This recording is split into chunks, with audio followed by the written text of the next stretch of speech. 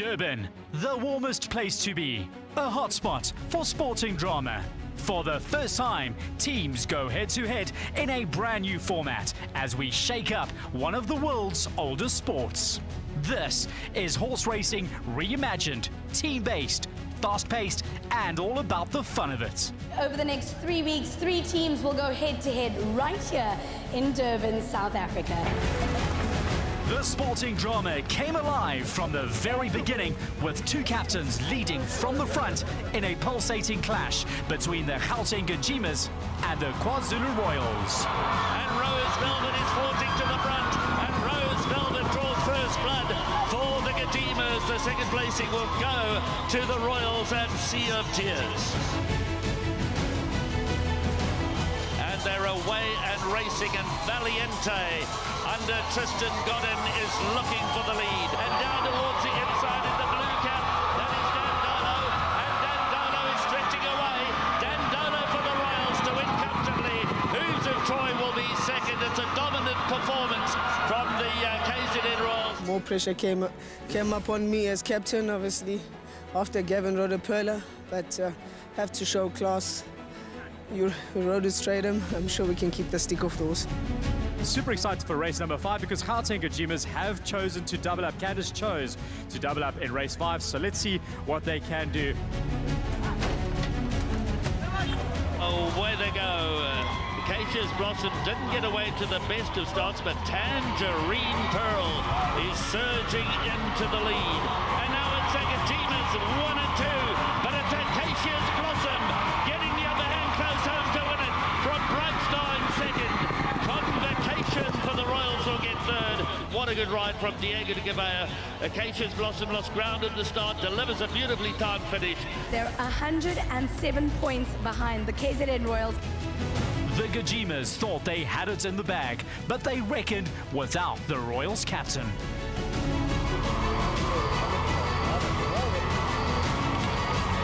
They come for home now with 300 to go. Feeling groovy, being challenged by Fashion Ligma. And up on the outside is Let It Snow. This is a 1, 2, 3 at this stage for the Royals. But Fenty just spoiled the party. It's Angel C on the outside. C Cruz finishing on strongly. But out in front, it's Feeling Groovy. Muzieni began the fight back with his 2000th career win and then snatched victory from the jaws of defeat in the final stride of the final race of the night, denying rival captain Gavin Larina in dramatic fashion, sealing the win and in the process claiming 5,000 Rand Night Rider prize for the most successful jockey of the night. Back in second on the inside is Zura. Parktown trying to come back. And over towards the outside is Firelord also running on. Gavin Marina refuses to throw in the towel. Rodriguez on the inside. Parktown. Firelord storming up the outside. As they get towards the line, it's going to be close. It's going to be Firelord. Firelord for Muzi Yeni has got up on the post for the Royals. Here we go, the final results for tonight's series. Oh my goodness gracious, the KZN What Royals has happened?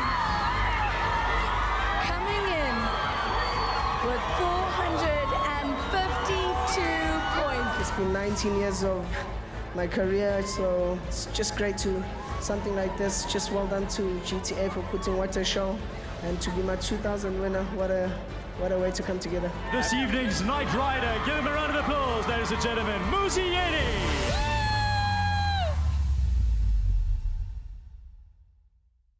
Week 2 and the Gajimas are on the back foot as they face the Cape Stingers. It's all on the line in a desperate battle to stay in the competition. They roll the dice and play their turbocharged card early in race 3.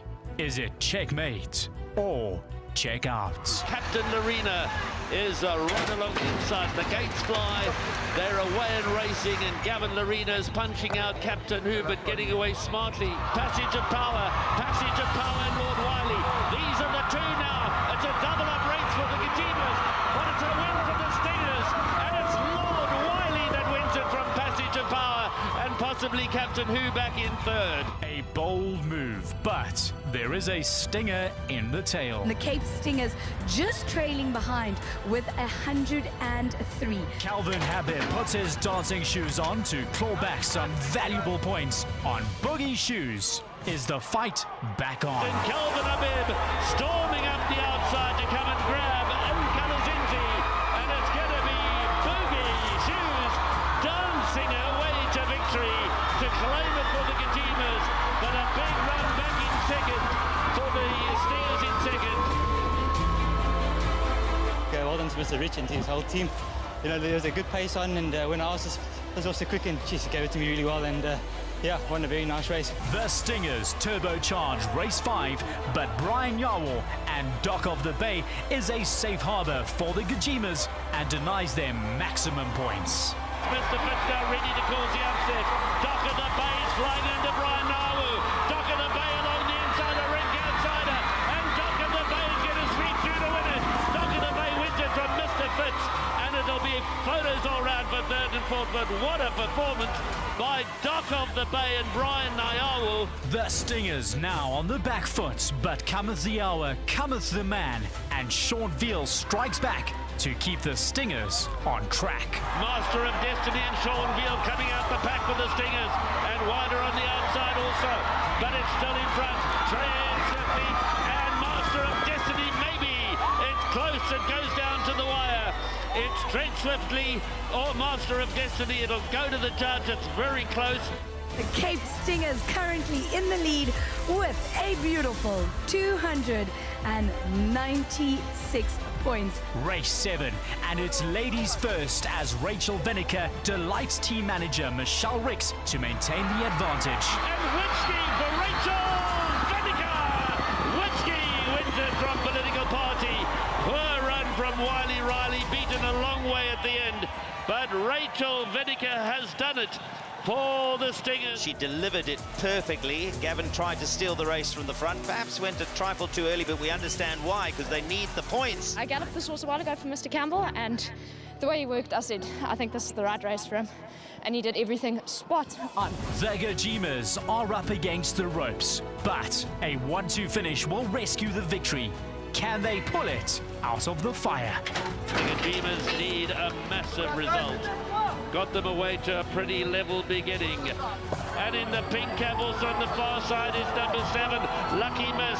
50 meters to go, and the Great Escape is on, but it's that man again, Sean Veal, who swoops in late to ensure victory for the Stingers and net the Night Rider prize in the bag. Ladies and gentlemen, a very big congratulations to the Cape Stingers, taking it by 30 points. This is lovely. It's just wonderful. It's a privilege to be the captain of such a wonderful team, and they did a great job tonight.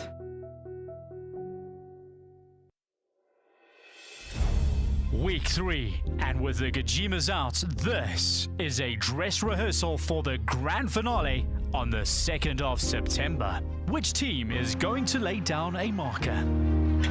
A cagey start with nothing in it either way until the Stingers make hay in race 3. Big race this for the Stingers. It's on the outside now. Amarendi, sachet away, and Caroluma the far side. Caroluma, sachet away, maybe a short head from Caroluma and Amarendi. What a titanic struggle.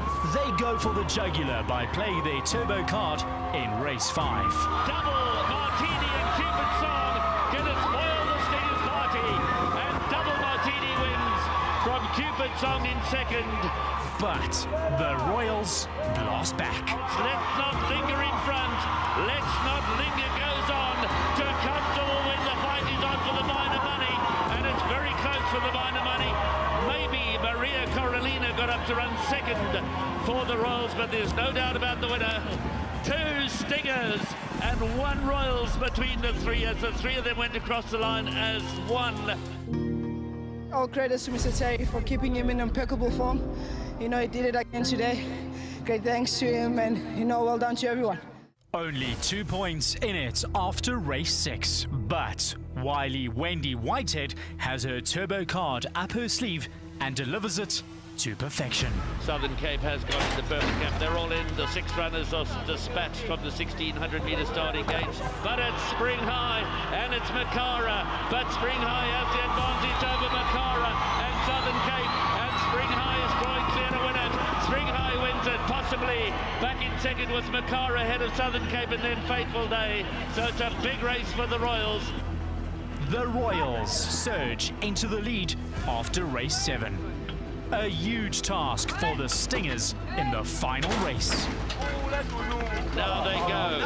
Secret Giver broke smartly enough, so did High Moon and Tom Bombadil. And High Moon begins to loom large along the inside. And Mark Khan is looking for a split. There's nowhere for him to go on Secret Giver. He's run out of room. It's out in front now, still Teichmann. Teichmann down towards the inside, running on very strongly is Tom Bombadil, one of the big outsiders. And Tom Bombadil has come through to cause a major upset. And it's beyond them, with the Royals dominating and sealing a dominant victory, with Raymond Danielson scooping the Nike Rider prize. It's a clear win for Tom Bombadil. No, we took it a little bit easy today, so we can really give the Royals a chance in the last. I mean, my first meeting when I rode here, I tried my best. I had a second, no other places. Today I had some last rides. Obviously, big thanks to my team again. That's why I forgot about this, because it is a team effort. And yeah, I'm just blessed. Obviously, all glory to God, and thanks a lot. Both teams start from equal footing in the final on the 2nd of September. Are the Stingers down and out, or are the Royals about to be dethroned? You don't want to miss it. Get yourself to Hollywood Bets Greyville for the finale, or watch it live on Supersport, channel 209. Live sporting drama at its finest.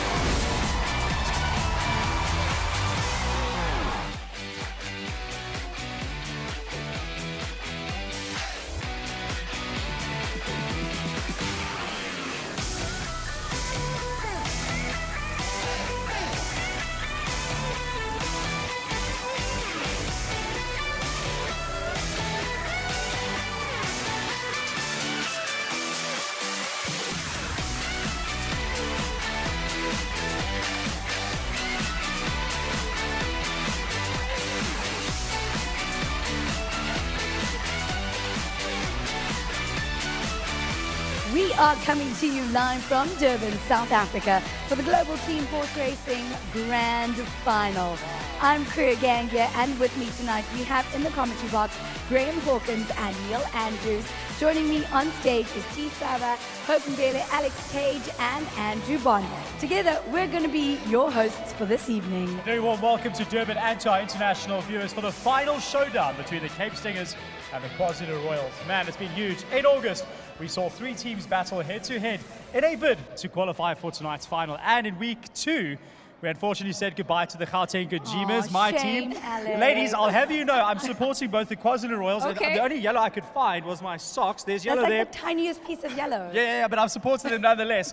No, the Gauteng Gajimas failed to bring down the Royals, or the Stingers for that matter of fact, but we're here. Definitely cannot bring down the Royals, Alex. If you are watching from home, hello. And if you do want to ask us any questions, or if you do have some comments, you can hit us up on Facebook or on Twitter, and we'll definitely get back to you during the course of the show. It's at GTH Racing ZA, and you can use the hashtag GTH Racing ZA and hashtag just for the fun of it. Now, this is the format that is about to shake up the world of horse racing globally. This is horse racing totally reimagined. It's team-based, it's fast-paced, it's easy to understand, and well, it's all about the fun of it. We've been having tons of fun, and in case you missed it, here is a quick summary of what took place in the qualifying rounds.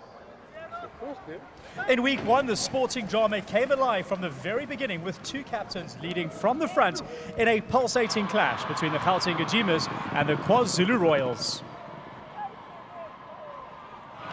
The Kajimas thought they had it to the bag after race 6, but the Royals captain Muzi Yeni snatched victory from the jaws of defeat in the final stride of the final race of the night, denying rival captain Gavin Larena in dramatic fashion and sealing the win on the night.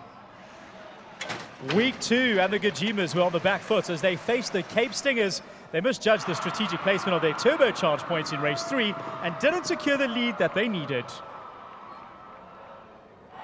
With 50 meters to go in the final race of the evening, Sean Veal swooped in late to ensure victory for the Stingers and net the rider prize, the Night Rider prize, in the bag. Week 3, the Stingers versus the Royals. There were only 2 points in it after race 6, but wily Wendy Whitehead had her turbo card up her sleeve and delivered it to absolute perfection. The Royals surged into the lead after race 7, and a dominant victory by Raymond Danielson in the final race ensured victory for the Royals, as well as the coveted Night Rider prize for Danielson as well. Tonight, both teams start from an equal footing. Will the Royals ascend the throne, or will the Cape Stingers bring home the honey? Oh, it is going to get very interesting tonight, and I cannot wait to see how the races are going. But do you fancy your chances in predicting the outcome of tonight's racing? Well, we have a very cool interactive game where you can select 6 winners for the last 6 races and stand a chance to win. All you have to do is go to gth.goforgold.co.za or scan the QR code that is on your screen right now. And once you've registered, you'll be able to do your predicting, including doubling up one of the races. Registrations close at 6:30 p.m., which is in less than 20 minutes. So go and register right now. What I will say is I have 100,000 Rand to give away to one lucky person. All you have to do is correctly predict the 6 winners tonight. 100,000 Rand up for grabs, but it is time for the first race. Here we go. Thanks very much, guys. Well, Graham Hawkins is next to me. Graham, it's a huge evening here. We've got a final. It's the Blues, the Royal Blues against the Cape Stingers. I know you want to brush up on your colours as we see them down at the start here, but are you on the Cape Stingers yellow or are you on the Royal Blues? No, I have to be with the Royal Blues. We're about to go with race 1, the first of 8 tonight. This will be over 1,000 metres, and there's your lineup, as you can see. 4 for the Stingers in yellow and 4 for the Royals in blue. Interesting, just looking at that graphic, you can see that the Blues have the worst of the draw here because they're drawn 6, 7 and 8. So just certainly on paper, and both you and I think this is a very open contest. Fortunately, perhaps for one team, depending on what happens, it's not full points, it's half points. So we start with our global team horse racing, steady as we get into it. Half points, but almost a psychological advantage perhaps for one team. Yeah, you want to come out of this race ahead, even though the first 2 races are half points only, as Candy for My Mommy and Cabela Matsinyana, very much in form, has gone into the gates, as is done here for Jason Gates. He's replaced Sean Veal this evening. Jason Gates, as they start to line up for this first race over 1,000 metres.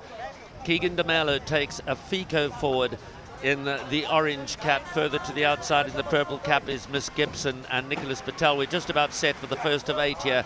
This over the minimum trip of 1,000 metres. The races later on over 1,200, 1,400 and 1,600. We're waiting for Becketing Beauty and Gabriel Pitterser to complete that lineup. They're all set, they're all quick. This is going to be fast, this is going to be furious. Over 1,000 metres, and away they go. And getting the first out was Efico, and Keegan DeMello takes Efico to the front. Beckoning Beauty starts to loom large along the inside. On the outside is Magically. She's also very fast. Candy for My Money sits in 4th position. They followed further back then by Danya. Rachel Venika's got Miss Magician about 3-4 lengths off the leader. Further back, Swiss Bank is towards the rear of the field with Miss Gibson. It's a fast race, it's a short race, it's over 1,000 metres, and they're into the straight. Efico leads for Keegan DeMello and for the Royals. On the outside in the green cap is Magically. Beckoning Beauty comes under pressure. Dunya starts to run on towards the inside. Here's Rachel Venica right up on the outside, and she's coming strongly with Miss Magician, but it's Efico and it's the Royals 1-2.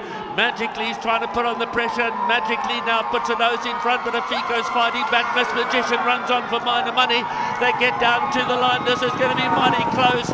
and it is desperately close, but one way or the other, the Royals have run 1-2. The Royals have run first and second. It's a titanic struggle between Efiko and Magically behind that Miss Magician. Well, of course, this is Team Global Racing, Global Team Horse Racing, so the Royal Blues will not matter one iota who has won this race. They just want to see Blue Co past the post, Graham, and they have done. The orange cap along the inside, probably just doing enough over the green cap, but it's a great start for the Royal Blues because they have finished first and second. Rachel Venica spoiling the triple party because she's at least got some points for the Stingers back in third, but then again it's Royal Blues back in fourth and in sixth, so it's a good start for your Royal Blues. Very good start for the Royal Blues. It is a half points race obviously, but they've dominated the finish here, and it looks as if Keegan DeMello has been in terrific form, has struck gold here on number 6 Efiko, edging out a very game and gallant Magically ridden by Josh Solomons. These two pulled well clear for the Royals. Miss Magician and Rachel Venica beaten quite some distance into third, and it does look as if Nicholas Patel has got Miss Gibson up to run fourth, and that will round out the quartet, but it's a 1-2-4 finish for the Royals. Absolutely, and that's why we saw Wendy Whitehead in the post-race shot there. Absolutely delighted, almost a dream start for them. Not quite running first, second and third, but they will run for there. She is, Wendy. Absolutely, she got the right nail polish on as well, hasn't she? She's got some blue nail polish on. Well done, Wendy. Good start. She is Royal Blue from top to bottom, and she's got some key runners herself.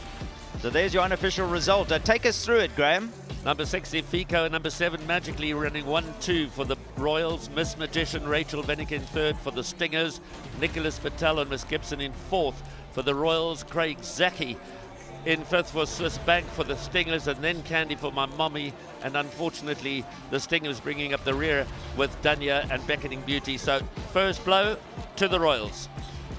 Thanks, Graham. That's the unofficial result. Of course, we'll try and bring you the points as soon as we get it official, but there's no doubt even the worst mathematicians in the world will be able to tell you, everybody, that that's a great start for the Royal Blues. A very good evening from Graham and myself. It's going to be a rip snorter of an evening. Will it be the Cape Stingers to bounce back? The critical thing, Graham, is always the double up points, and maybe you can confirm for us the Cape Stingers in race 4 and the Royal Blues in 5. Yeah, those are the two important races, the turbocharged races, races 4 and 5.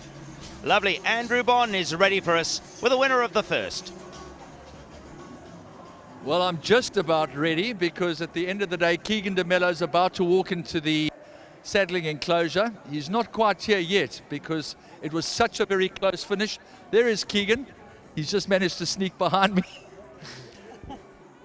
KwaZulu-Natal champion jockey, you put the Royals in a very, very strong position. Let's get moving towards the winners enclosure. Well done. Yeah, thank you very much. I'm nice to the team. Have a winner for Hollywood. It was mighty, mighty close. It was only when the photographs were snapped that you got down for Mr. de Kock. Yeah, look, she had a bit of pace, and the horse went past her, and she rallied to win a nice race. Nice type of filly. I thought it was going to be hard, but she's a bit above average. Fantastic. Keegan DeMello winning for Anthony Del Pesh and the Hollywood Bet Syndicate. Well done to them. It wasn't exactly the result that the Cape Stingers were looking for, but remember that this is one of the 50-50 dashes, which means these count for half points. So we still have a lot of action to go out tonight. We are looking at team racing. It's something new, it's something different, and here in Durban, South Africa, we have 8 races, 10 jockeys per team, 18 minutes between races, and some interesting scoring. Check this out.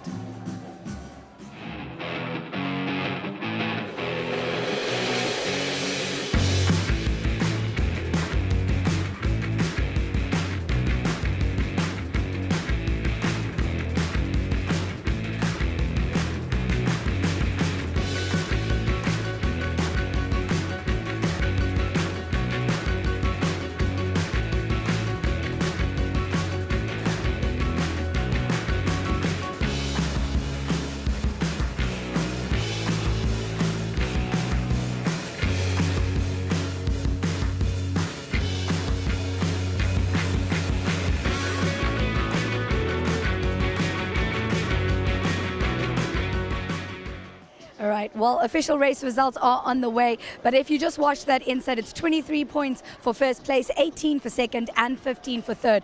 But remember, that is a 50-50 dash, so that means half points. All right, I see the horses out of the corner of my eye are coming down the track. Graham, Neil, what do I need to look out for in this race? Well, Graham's going to tell you, because there goes number 1, Graham. Number 1, Grey Ocean for the Royals, Atiem Gudla. There's number 3, Giambattista, ridden by the Blues captain, Muzi Yeni. Number 5, Sleek as Silk, Jonathan Gerson in the purple cap.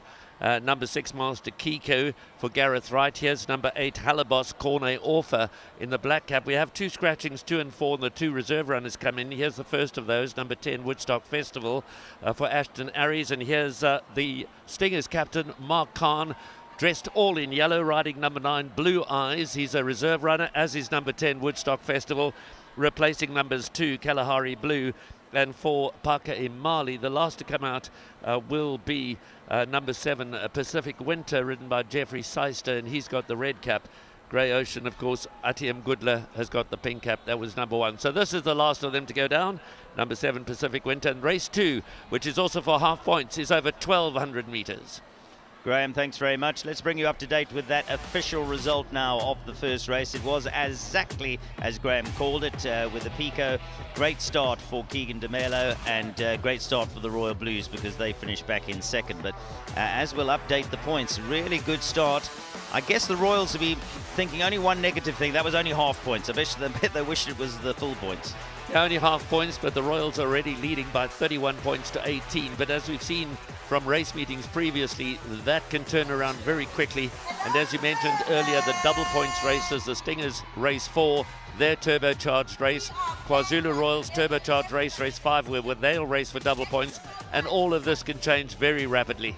Absolutely. We're going to put the teams in. Just as you look at the teams in the background, you can see we've been here a couple of Greyville evenings, and the wind has actually been a tailwind. Today it's a headwind. That might change things a bit. But there's confirmation of tonight's standings. KwaZulu-Natal Royals take an early lead, 31-18. But as Graham has told you, this can change, and that's the beauty of global team horse racing. It changes, and changes quickly. Let's have a look at the teams, Graham. Well, you're the Royals man, so you take us through the KwaZulu-Natal Royals, and I'll do the Stingers.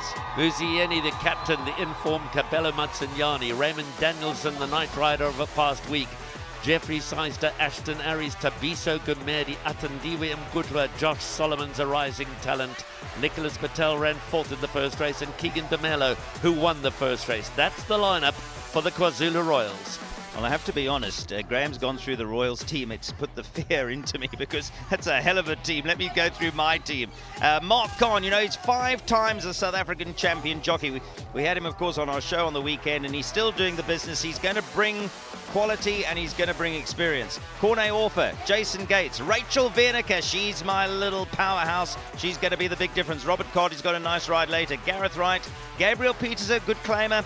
Kanya Sakai and Donald Geertsen and Craig Zaki. Actually, it's not a bad team mine either, is it? Not a bad team. They're quite evenly matched, and of course the horse does play a vital role, and we've tried to balance up the horses as well as we watch the Stingers arrive earlier today. Gareth Wright and Rachel Vernica.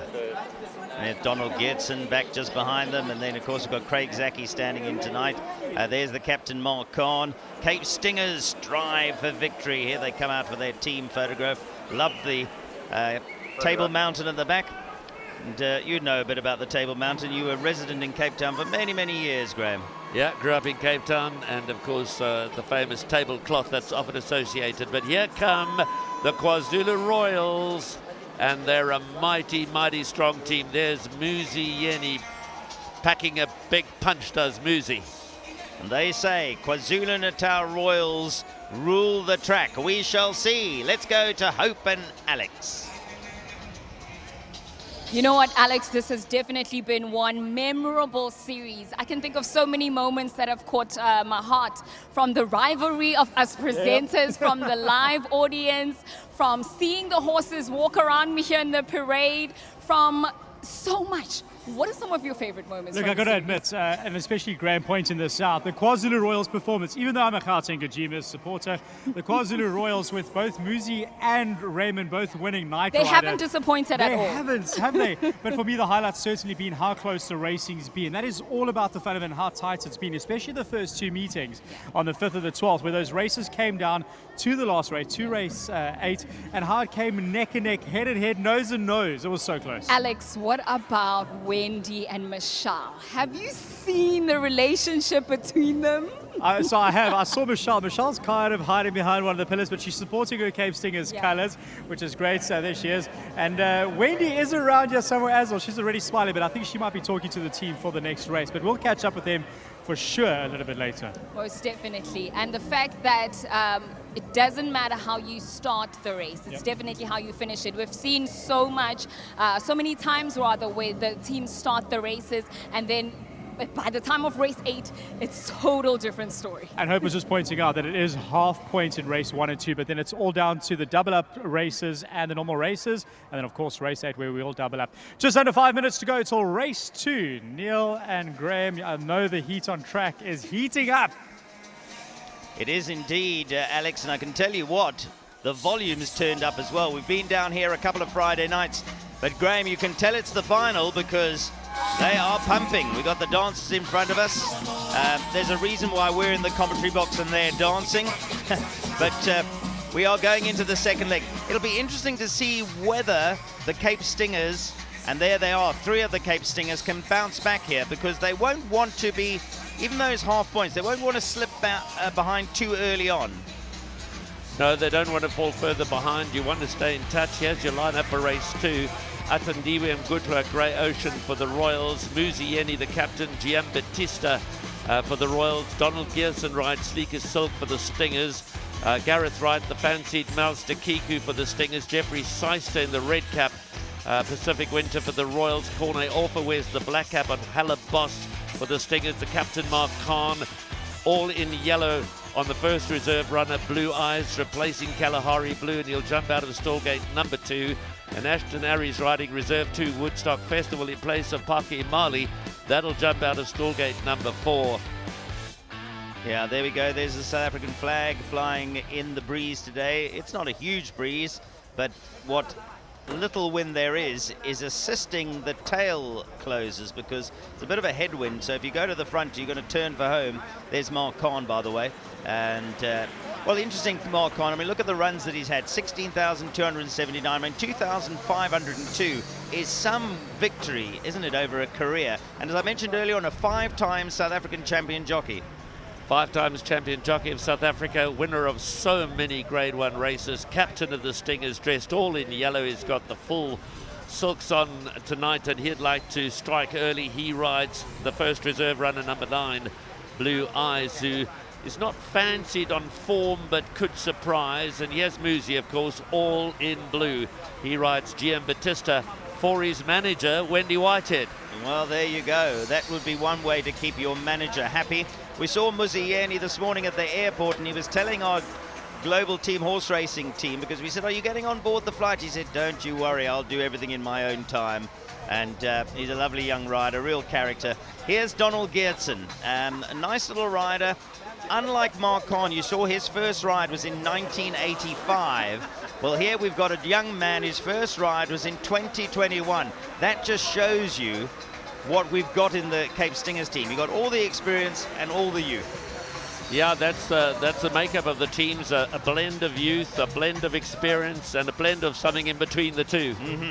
Absolutely. Well, as long as they blend together and get a few points here, Graham, because I'm not very happy that you, as the Royals, have skipped a few points clear. The draw is quite significant here. Also, folks watching at home might say, well, hang on, what's happened to numbers 2 and 4? Because we saw the numbers. They are not racing tonight for whatever reason. They might have woken up this morning with a bit of a sore something or other, or perhaps they've even got another engagement in a few weeks. But the point I mentioned that is because the beauty of the reserve runners in this race is that numbers 9 and 10 have come in, so we have a full field of 4 Stingers and 4 Blues. Absolutely level, each with 4 representatives. Yes, reserve 2, Woodstock Festival number 10 with Ashton Aries up. replacing Parker Imali. And this will jump out of stall gate number 4. The other reserve runner is Mark Khan's mount, number 9, Blue Eyes, replacing Kalahari Blue. That was a bit of a blow for Mark Khan because Kalahari Blue would have been one of the leading lights in the race. Yeah, I think those are the twists and turns, obviously, with any horse racing is you come to the track hoping to get your rides in. Sometimes the horses are pulled out.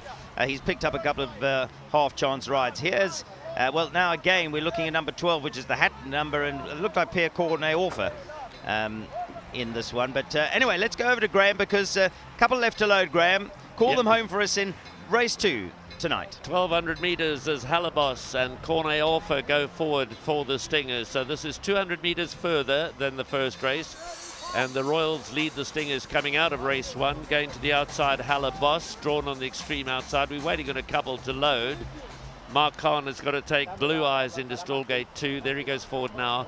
That's the first reserve runner, number 9, Blue Eyes, all in yellow. Nearest us is Grey Ocean, Atiem Gudla in the pink cap. He should go forward. He should be handy for most of the race. Ashton Arry is taking Woodstock Festival in. We're just about set, 1,200 metres. Race 2. And where they go, and getting away smartly was Woodstock Festival, and Woodstock Festival and Ashton Arry's looking for the lead, but Mark Khan is driving through underneath him, and Mark Khan has gone to the lead on Blue Eyes. Back in second on the outside is Grey Ocean, and just in behind them Woodstock Festival now settles back in third. Halabos is caught a little off the track along his inside, the fancied Master Kiku. Muzi Yeni's got Giambattista no more than 2-3 lengths off the leader. They followed by Sleek as Silk and right at the back of the field as they race towards the halfway mark is Pacific Winter. Mark Khan, it's not a fast run race, it's not a hard run race, and Mark Khan is dictating the gallop on number 9, Blue Eyes for the Stingers. Woodstock Festival, it's the 2 reserve runners, 9 and 10, that'll lead the pack into the home straight, but racing up along their inside is Grey Ocean, trying to get into the race, wider out. Gareth Wright for the Stingers on Master Kiku, and Master Kiku starts to unwind. It's Grey Ocean the inside, Master Kiku, and bouncing between them is Giambattista for the captain Muzi Yeni, and Giambattista and Muzi Yeni go on for victory. Grey Ocean second, Master Kiku third, Woodstock Festival fourth. Another huge race for the Royals. Absolutely, Graham, and there's the contrast. Wendy Whitehead leaping about, and Michelle Ricks is looking at her race car thinking, well, we are now slipping further behind. The only good news for Michelle is these are the dash races for half points. But here we go with Muzi Yeni winning on number 3, Giambattista. Beautifully ridden, just sat off the pace, Graham, pounced at the right time. And they double up with a first and second here again, the Royal Blues. In fact, it's almost a carbon copy of the first race because once again, the Stingers have run third, but then there's a Royal Blue. Yeah, 1, 2 and 4 for the Royals, 3rd, 5th, 6th and 7th for the Stingers, and then 8th for the Royals. So slightly different. They won't come out as bad, but the Royals are going to establish a big lead after the 2 half-points races, and the Royals are now well in command, but many points to still fight for. Well, we've touched on the importance of the captaincy, and we saw it from the very first evening here at Global Team Horse Racing when it was Muzi Yeni and Gavin Larena. Gavin started the proceedings, Muzi responded, then Gavin went ahead, Muzi responded, and again, we've seen the captain here to the fore. Muzi, a terrific ride. He had a little bit of a gap, just had to be patient, and then took his time, got through, and urged number 3, Giambattista through to win. There you can see Michelle biting her race car. But look, it's not over because only half points. There's still their double race to come. And there's the contrast of the opposing captain. Well, they're delighted. That's Ian Howard, one of our long-serving, long-standing patrons, enjoying the moment as well. Wendy getting all the hugs, not just because her team came through, but of course Giambattista is also trained by Wendy Whitehead. And Muzi Yeni rides Giambattista to victory ahead of Atendiwe and Goodla and Grey Ocean. 1-2 for the Royals. Gareth Wright and Master Kiku back in third for the Stingers. Then Ashton Arry's and Woodstock Festival for the Royals. Then 5th, 6th and 7th all went the way of the Stingers. Mark Khan, Donald Gearson and Cornet-Orfer. And right at the back of the field was Jeffrey Seist on number 7, Pacific Winter for the Royals. So a big race for the Royals, but the real action starts now. Absolutely. Just off the top of my head, I think you're going to be looking like a 22-point advantage for the Royals, but we've got to wait for the official results to come through. No doubt, though, that the Blues have got off to a terrific start. I need to say, though, to the Cape Stingers, if you're watching in Cape Town, wherever you might be watching in England or Hong Kong, there's a long way to go for the Stingers. Don't lose hope, because every night we've been here, we've seen twists and turns, Graham. There could be more. Yeah, absolutely, lots of twists and turns, but let's head down to Andrew Bond. He's going to be chatting to the Royals captain, Muzi Yeni. Well, Muzi Yeni must play a very good game of poker. He said to me, I haven't got such great rides, but I know you, the champion that you are. Well done, 3 out of 4 for the Royals. Yeah, no, I'm competitive. Whatever happens, I'm going to give it a good go. Wendy Whitehead, the captain, of obviously the lady who runs the team, and you're the captain, fantastic. Yeah, no, just the whole team. Miss Wendy gave me a lot of confidence. He said this was been plagued by bad draws, and today I had a good draw. Decided to warm him up a bit for the 1200, and he came out and he was in a bomb spot, and I was full of running before straightening up. So win full of merits from the horse, and nice to be on the board. Fantastic. We're going to let the filly go because obviously Wendy and her patrons are here. Muzi Yeni, the captain of the Royals, victorious in the second. Well, a very big congratulations to the KwaZulu Royals, really getting some great points as we start. But just like Graham and Neil said, the action is about to start because we've got 6 full-point races coming up. 2 of them are double up for each respective team, and then of course the final race is a double up for both teams. Remember that you can still register to play Go for Gold. This is your opportunity to win 100,000 Rand. I did not make that up, guys. We are giving away 100,000 Rand. All you have to do is select the next 6 winners. 6 winners in a row will give you that cash prize. We also have 5,000 Rand pool to give away tonight to the winner at the top of the pool. So it is all up to you tonight. You have to scan that QR code and register. And Neil and Graham, no, I lie. Alex is standing by. And we're with Michelle Ricks, the manager for the Cape Stingers, who hasn't had the best start to the night so far. Michelle, how's it going? It's all well, and we like to save the best for last. As one does. Luckily, we were talking about this a moment ago. Luckily, it's half points for the first 2 races. What have you got in store for the rest? You know, we had a bit of a trying week, and obviously a few car changes this morning. So we regrouped with our team and had to change our double points race. And I spoke to the guys on course, and there's a good vibe in the jockey room. They're feeling pretty confident, and I'm glad we got these half points races out the way, and we can now look forward to scoring on our double points. Which race did you choose to double up on? We're now with race 4. Race 4, all right. So that's in 2 races time, so we'll definitely watch out for that a little bit later. Haven't had a chance to speak to Mark yet this evening, but how's the vibe with him and the team? Mark's he's a great team leader, and he's got these guys into really good spirits this afternoon, and he's feeling confident. Spoken to the others, they're definitely feeling the good atmosphere in the jockey room, so let's carry it through the day's racing. And I was speaking to a colleague a little bit earlier. They say the pressure for GTH is almost on the same level as training Comedy Ding. I mean, how does it compare? I actually said earlier, I feel more pressure now. I've got to make sure that all the other trainers are happy. Oh, that's absolutely awesome. Well, listen, we will see you a little bit later. We can feel the tension here in the parade ring. We'll definitely catch up with you a little bit later and watch out for that double up in race 4. Thanks, Great, Michelle. thank you. I definitely think, Alex, you're talking to the wrong person. The person you should be talking to right now, adding some spice, is Wendy. But good luck also to the Cape Stingers. And do remember that it is still race 1 and 2, which means that is half points. But Alex, how am I looking in this royal blue? Listen, I must be brutally honest, you are looking phenomenal. Luckily, I've hidden the yellows so far, but I have a sneaky suspicion that it's not over yet. We'll have to wait and see what the Stingers come up with. But you are looking phenomenal. You and Kriya are looking phenomenal. And I know, Kriya, you saw T down there as well. How's it going down there? Well, Alex, the atmosphere here is absolutely electric. Why? But there's a lot of blue teams today. Might just because, you know, we're in KZN, who knows? But definitely everybody has come out in full force to support their teams. And remember that you can tell us who you're supporting as well by going to gth.co.za. Use the hashtag GTHRacingZA on social media, hashtag just for the fun of it, and chat to us on social media. I do have the official race results for race 2.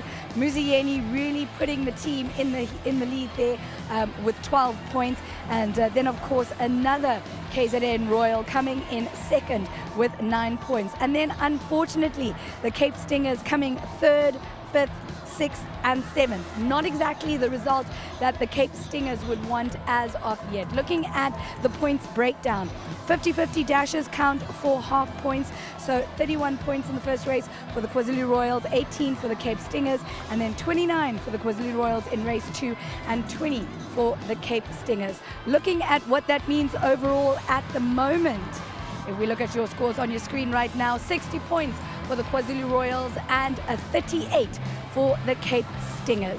So it is an unfortunate situation at the moment for the Cape Stingers, but like Graham and Neil always say, the night is not over. We still have a lot of action coming and 6 races to get through. I see the horses are coming up onto the track. Graham, Neil, what are we looking for? Thanks very much, Kriya. Yeah, they're coming down the chute, so Graham will call them onto the track. And the gauntlet has been laid down, so it's now or never really for the Cape Stingers. There's the confirmation that, as we calculated, actually 22 points behind, so they've got a bit of ground to make up. But now we get serious, Graham, as I cross to you to get them down to the start for us. This race will be over 1,400 metres. The Stingers will be hoping for Rachel Venniker and Craig Zaki, but here's number 1, Sayolita for the Royals, Tubbs Gumedi in the irons. Number 2 is Faiza, Kanya Sakaya for the Stingers. The next one out is number 3, Joy to the World for the Royals, Josh Solomons in the irons. And here is Craig Zaki on a DT. He'll be hoping for at least a first or second place finish on a DT to get the Stingers back into the race. 7 is Central Tower, Gabriel Pieterse. He wears the pink cap for the Stingers. Number 8, Fancied Kwanabi, Kabelo Matsunyani. And here's Rachel Venniker on number 4, Expressivity. She wears the red cap, and Expressivity must be one of those that they'll be hoping to take the Stingers forward. And number 6 is Minstrel Gallery, Raymond Danielson, a past Night Rider winner here over the first 3 weeks. Raymond Danielson rides Minstrel Gallery, saddlecloth number 6 for the Royals. Thanks, Graham. Horses on the way down to the start. 10:39, now 10:38, now 10:37 to the start. This is how quick it is here. Fast-paced global team horse racing. And for those watching for the first time, where have you been in Series 1, 2 and 3? We're at the final. Sean Tarry is going to be joining us now. And he's a man who's got a runner. And Graham just called it down to the start. He's got number 4, Expressivity here. Expressivity, that's the horse that you got in this race. I'm standing with one of SA's top trainers as well. Sean, how's it, man? Let's talk about the race quickly before we talk about GTH. What can we expect? I think it's a pretty open race, and nice to have Rachel on. I think the filly's in good order, and she should be thereabouts. All right, awesome. And of course, let's talk about GTH. Rachel, of course, riding for the Cape Stingers. What do you think of the new formats of racing and bringing a little bit more energy into horse racing in South Africa? Yes, a lot more energy, and obviously the fast pace is probably very good for the audience. It's a little more stressful for the guys saddling up horses. Sure.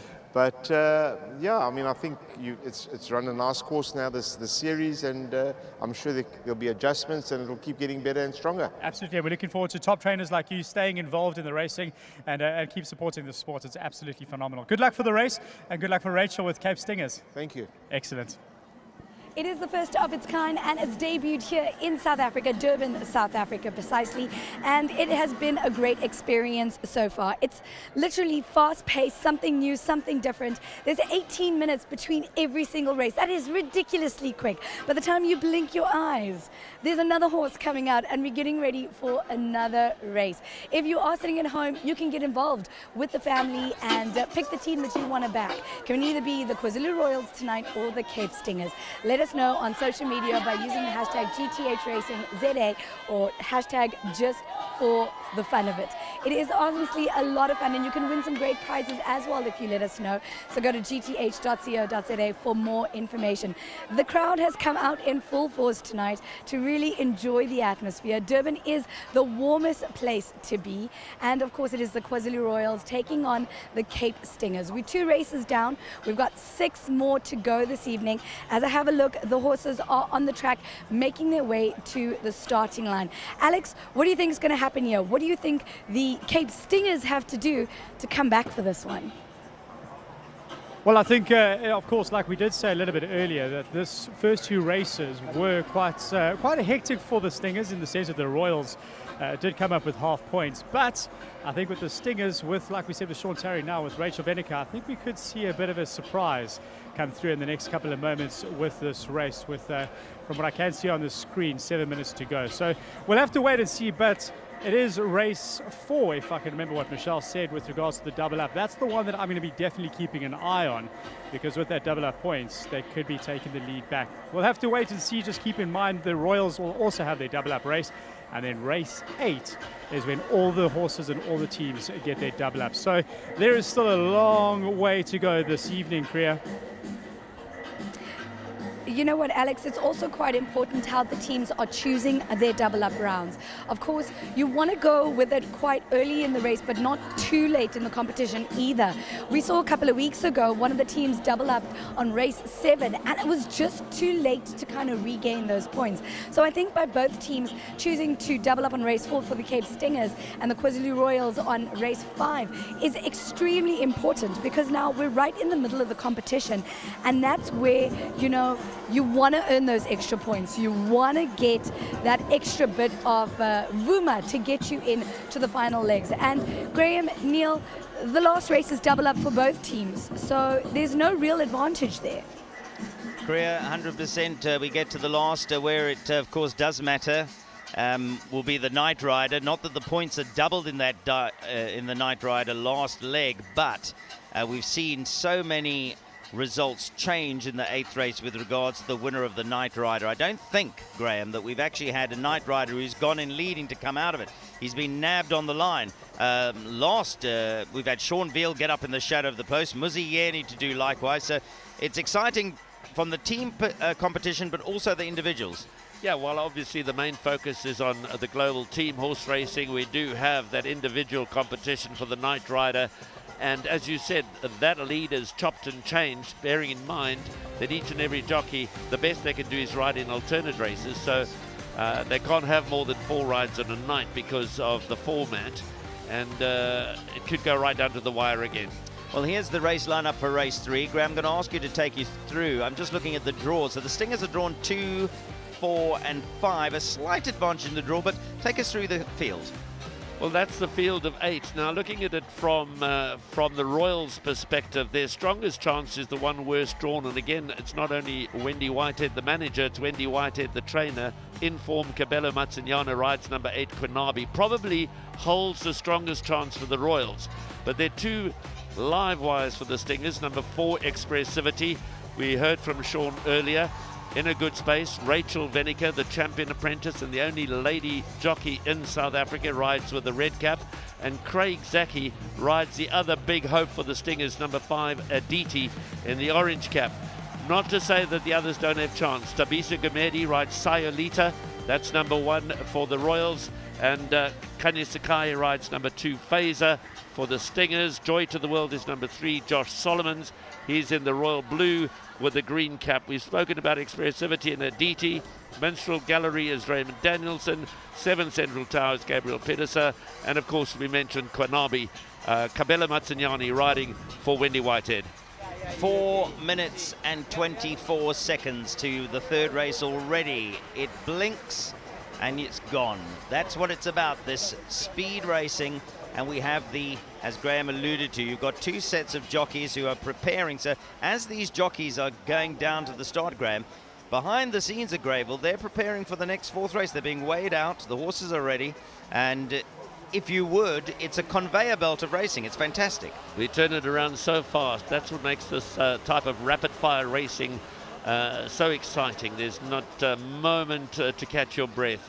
As you said, while these horses are now milling around at the starting stalls, waiting for that final 3 minutes, the other horses are being prepared for the next race. But let's join Hope.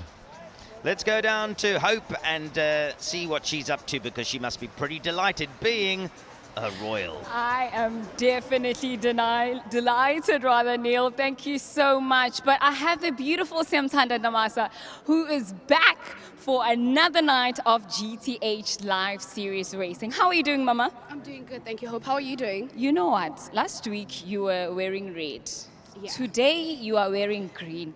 You continue to confuse me, Siamthanda. Hope, my team really kind of let me down. But tonight I was like, you know what, I'm supporting both KZN and I'm supporting Cape Town as well. So let me wear one color that comes out when you mix yellow and blue. So I'm supporting both of them. That is actually amazing. Siamthanda, you are a lifestyle influencer, presenter. What would you say that GTH Racing is bringing to the environment of horse racing and Durban as a whole? Honestly, it's bringing the vibe, and it's bringing a different perspective for me, because I wasn't really into horse racing. But the first time I was here and I had a good time, I was like, I'm definitely coming back. I have to be here every other Friday. So it's definitely bringing the vibe, and it's bringing all the right things into KZN. So yeah. I mean, you heard it. It's definitely bringing the vibe, and you can be a part of that vibe by simply tweeting me or dropping a comment on Facebook. It's at GTH Racing ZA. Thanks very much, Hope. And the horses are down at the start. Well, I must be honest, Graham, I'm putting most of my eggs in the Aditi basket here and Craig Zaki, because I do feel that we need a big run from Aditi. And there's no reason to believe. I think she looked well on the way down to the start. So do your best for us Cape Stingers and call home Aditi. Well, I think we all want a close contest here tonight. They go into the race 22 points behind the Royals. That's the position that the Stingers find themselves in. We've had races 1 and 2, both run for half points. This race is run for standard points. Race 4 will be Stingers double up points. Race 5 will be Royals double up points. Race 6 and 7 will be run for standard points. And the last race is double up points for everybody. So you want a pretty close contest going into the last 3 races after both teams have had their double up races. We just saw young Josh Solomons there, who is, as Graham said earlier on in the broadcast, a young up-and-coming rider.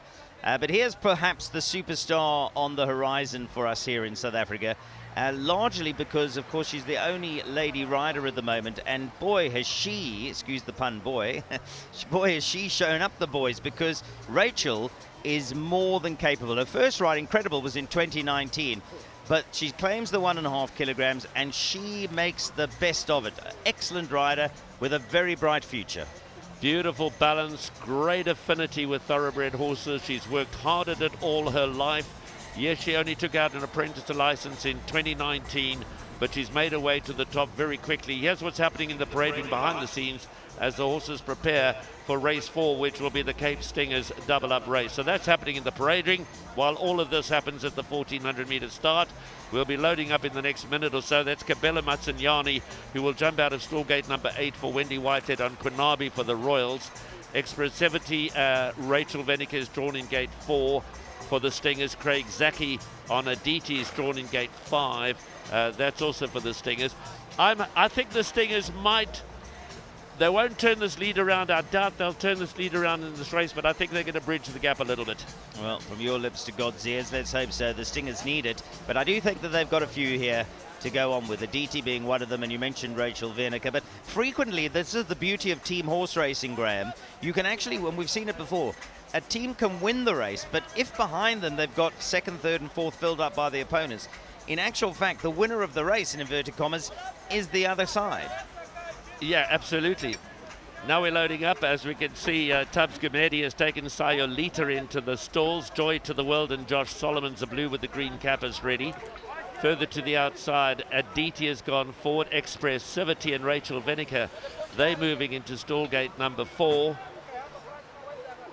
As we watch Michelle Ricks and the rest of a Stingers team watching on the TVs in the parade ring. And going forward now is Quinabi and Kabela Matsunyani. We've still got Minstrel Gallery and Raymond Danielson to go forward and complete the lineup at the 1400. We're just about all set for the 3rd race. The Stingers need this to be a big one for them. 1400 meters. All set, and where they go. And getting away very smartly towards the inside is Central Tower, going up on the outside of Aditi. And back towards their inside, quite handy also, is Expressivity. So as they settle down to race now, it's Aditi that has the lead from Central Tower, gone up to race in 2nd. Phaser is back there in 3rd on the wide outside, the white cap. That's Raymond Danielson on Minstrel Gallery. Joy to the World is a couple of lengths off them. Further back towards the outside is Quinabi, giving them about 4 or 5 lengths start, and Rachel Venica and Expressivity, they're right at the back of the field now. They've lost touch with the early leaders, and Rachel is trying to get Expressivity into the race, but it's here Aditi and Craig Zaki that leads them a merry waltz as they go towards home straight, 3 lengths clear. Central Tower starts to feel pressure. Joy to the World on the outside Minstrel Gallery. Quinabi is stalking back towards the inside. Phaser and Expressivity is now starting to move past Sayali to come to the outside, but it's the Stingers in front. It's Aditi and Craig Zaki, but the pack is closing it. Here comes Quinabi. Quinabi for Kabela Matsinyana. Phaser towards the inside, but Quinabi for the Royals has taken it up inside the closing stages, and there's going to be no stopping Quinabi and Kabela Matsinyani as Quinabi goes well clear to win it. The second placing, that might just go to the Stingers, holding on for second ahead of a faster finishing Sayalita for the Royals in third. Well, I thought the Stingers might be able to close the gap, but they ran out of puff in the closing stages. Another winner for Wendy Whitehead, the manager. Another winner for Wendy Whitehead, the trainer. Absolutely. Aditi was on her bicycle early, but I'm afraid that bicycle got a bit of a puncture inside the last 250 meters, and it was evident that Quinabi, who'd been ridden more patiently by Kabela Matsinyana, has come through smoothly. Just a beautiful ride. Look at this, with the hands, just punching out this winner. And a good winner in the end, this number 8 Quinabi, and it'll be one again. That's 3 now for the Royals. And Quinabi wins very impressively. Kabela rode. He rode a number of winners the other day, rode 3 in fact at Grable, now 4. Phaser runs second, Sayalita runs third, so surprise finishes in the placings there with Phaser running second for Kanya Sakai and Sayalita running third for Tubbs Gumedi.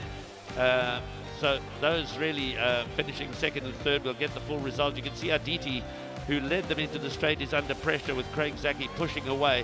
Expressivity loomed up slightly, but racing very greenly and racing very awkwardly for Rachel Venica. Just didn't get into the fray on the outside. But it was all about Quinabi, Wendy Whitehead, Kabela Matsinyani, as Quinabi went clear to win this race by about 5 lengths. Yeah, very comfortable win and nicely ridden, patient ride. The pace might have been a bit too hot, and certainly the upshot of the results suggested they went a bit too quickly early on, but Wendy's having an absolute royal time of it, excuse the pun, because not only is she the captain of the side that have won again here, but she's the trainer, so what an evening for her so far. There's the unofficial result, by the way, and 23 points for Kabela Matsinyani's Quinabi. That second place is incorrect, so we're going to change that, because I can assure you the number 5 Aditi did not run second, so we'll just change that and get the result. Is certainly the winner is correct, but we will change that, so if we can remove that result until we get it right and take it off the screen, and we'll bring it back, because Aditi definitely faded out, and it was number 2 who ran a very nice debut, actually, Phaser. Interesting, the pace of the race, because most of the horses that ran into the places quickened from off the pace there. I wonder, Graham, from a jockey's perspective, whether the rest of the evening jockeys will be looking at that and saying, let's just try and hold our mounts up a little bit. Well, the pace of races varies from one to the next, and we've got a very, very, very slight headwind, which, as you said, is different to what we've had in the past couple of weeks, but it is so slight as to not really be a problem at all. There we go. Let's go down to Andrew Bond with the winner of the third. Second win for Wendy Whitehead, and of course the third win in a row for the Royals, Kabela Matsinyani. Well done, my friend. Thank you very much. I must say, a very impressive win from this filly. She has so much running in her. And thanks to Miss Whitehead, and well done to the owners. Well, I'm going to let you keep going, because the victorious owners are desperately wanting to get into the winner's enclosure. And I'm also going to bid you farewell and make sure that everybody knows who the winner of race number 3 is. It's the Royals.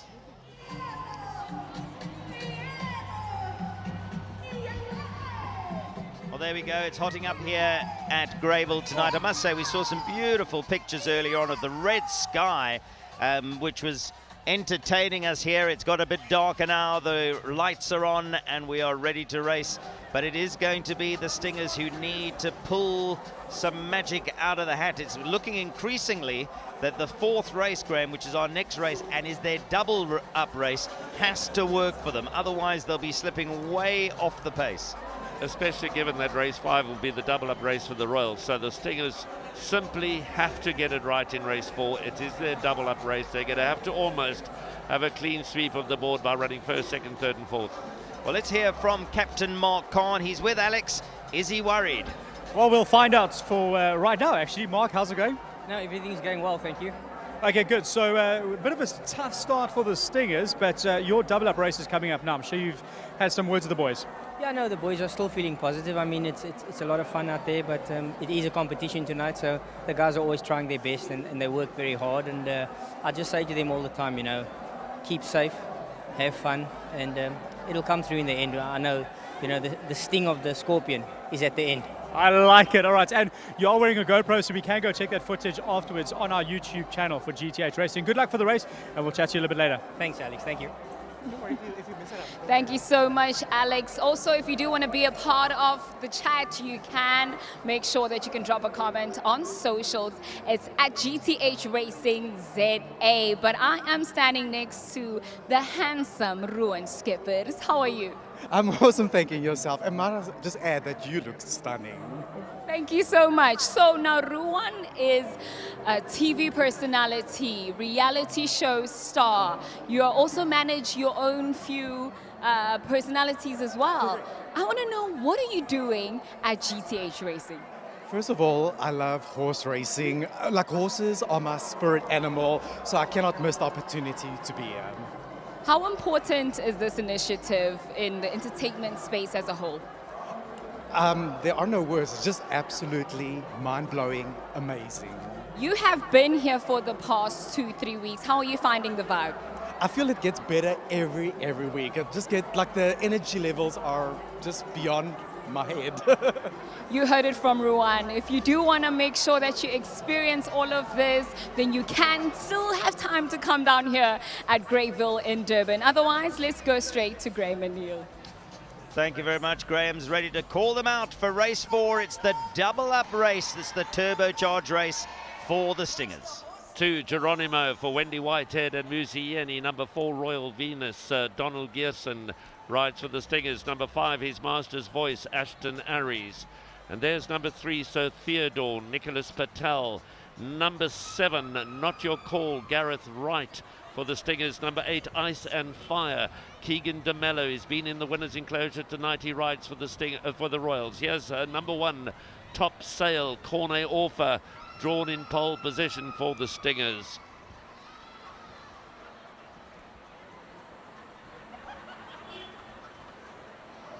So that's the field then for race 4. They'll go again over 1,400 meters. And a reminder that this is the Stingers turbocharged race. This is the Stingers double up race. It's certainly critical that they dominate the finish of this race.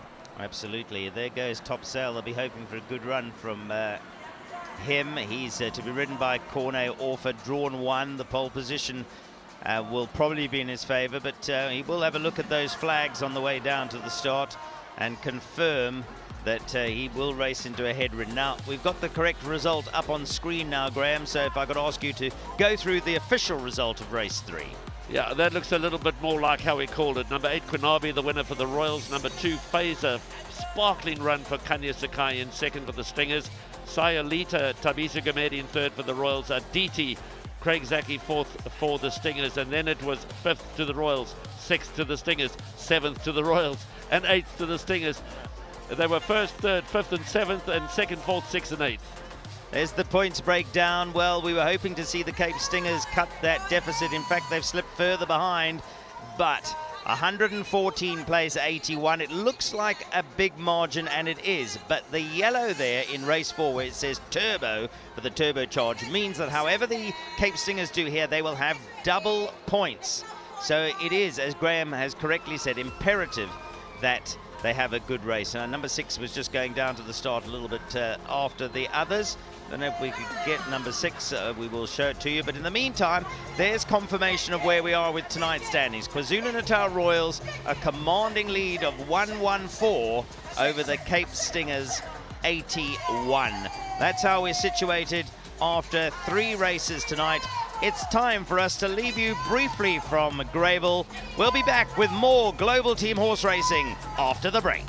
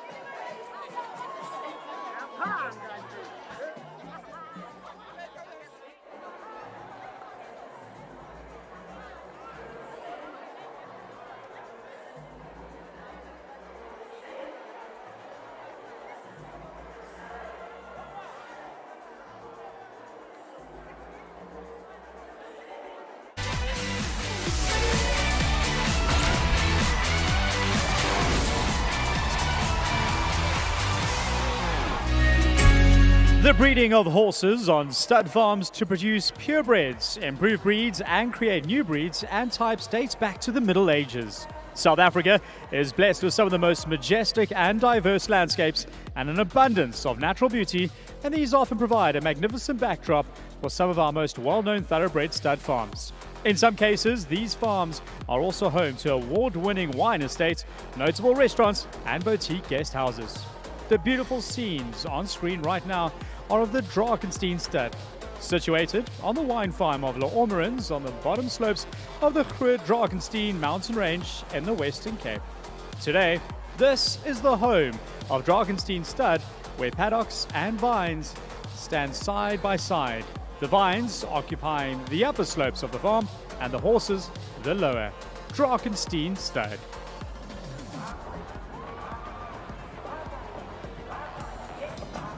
Well, welcome back to Global Team Horse Racing. You are joining us live in Greyville in Durban, South Africa.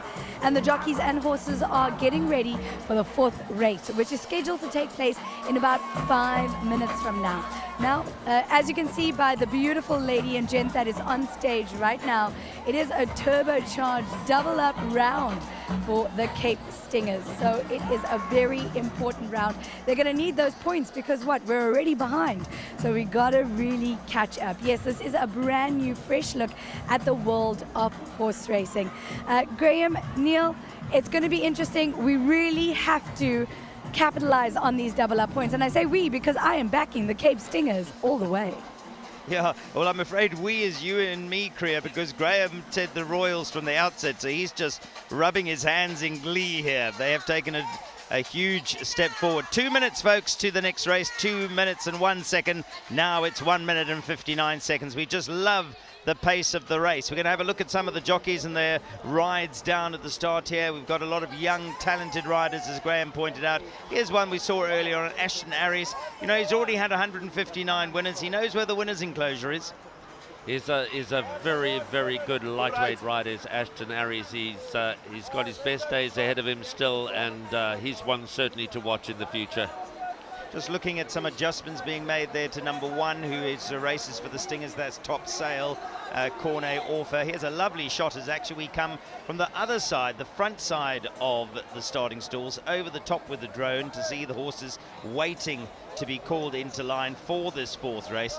When horses get down to the start, they like to be looked after, obviously, and made sure that any final adjustments to, there's Cornet Orfer, who was just having his horse adjusted. This is number 1, Top Sail.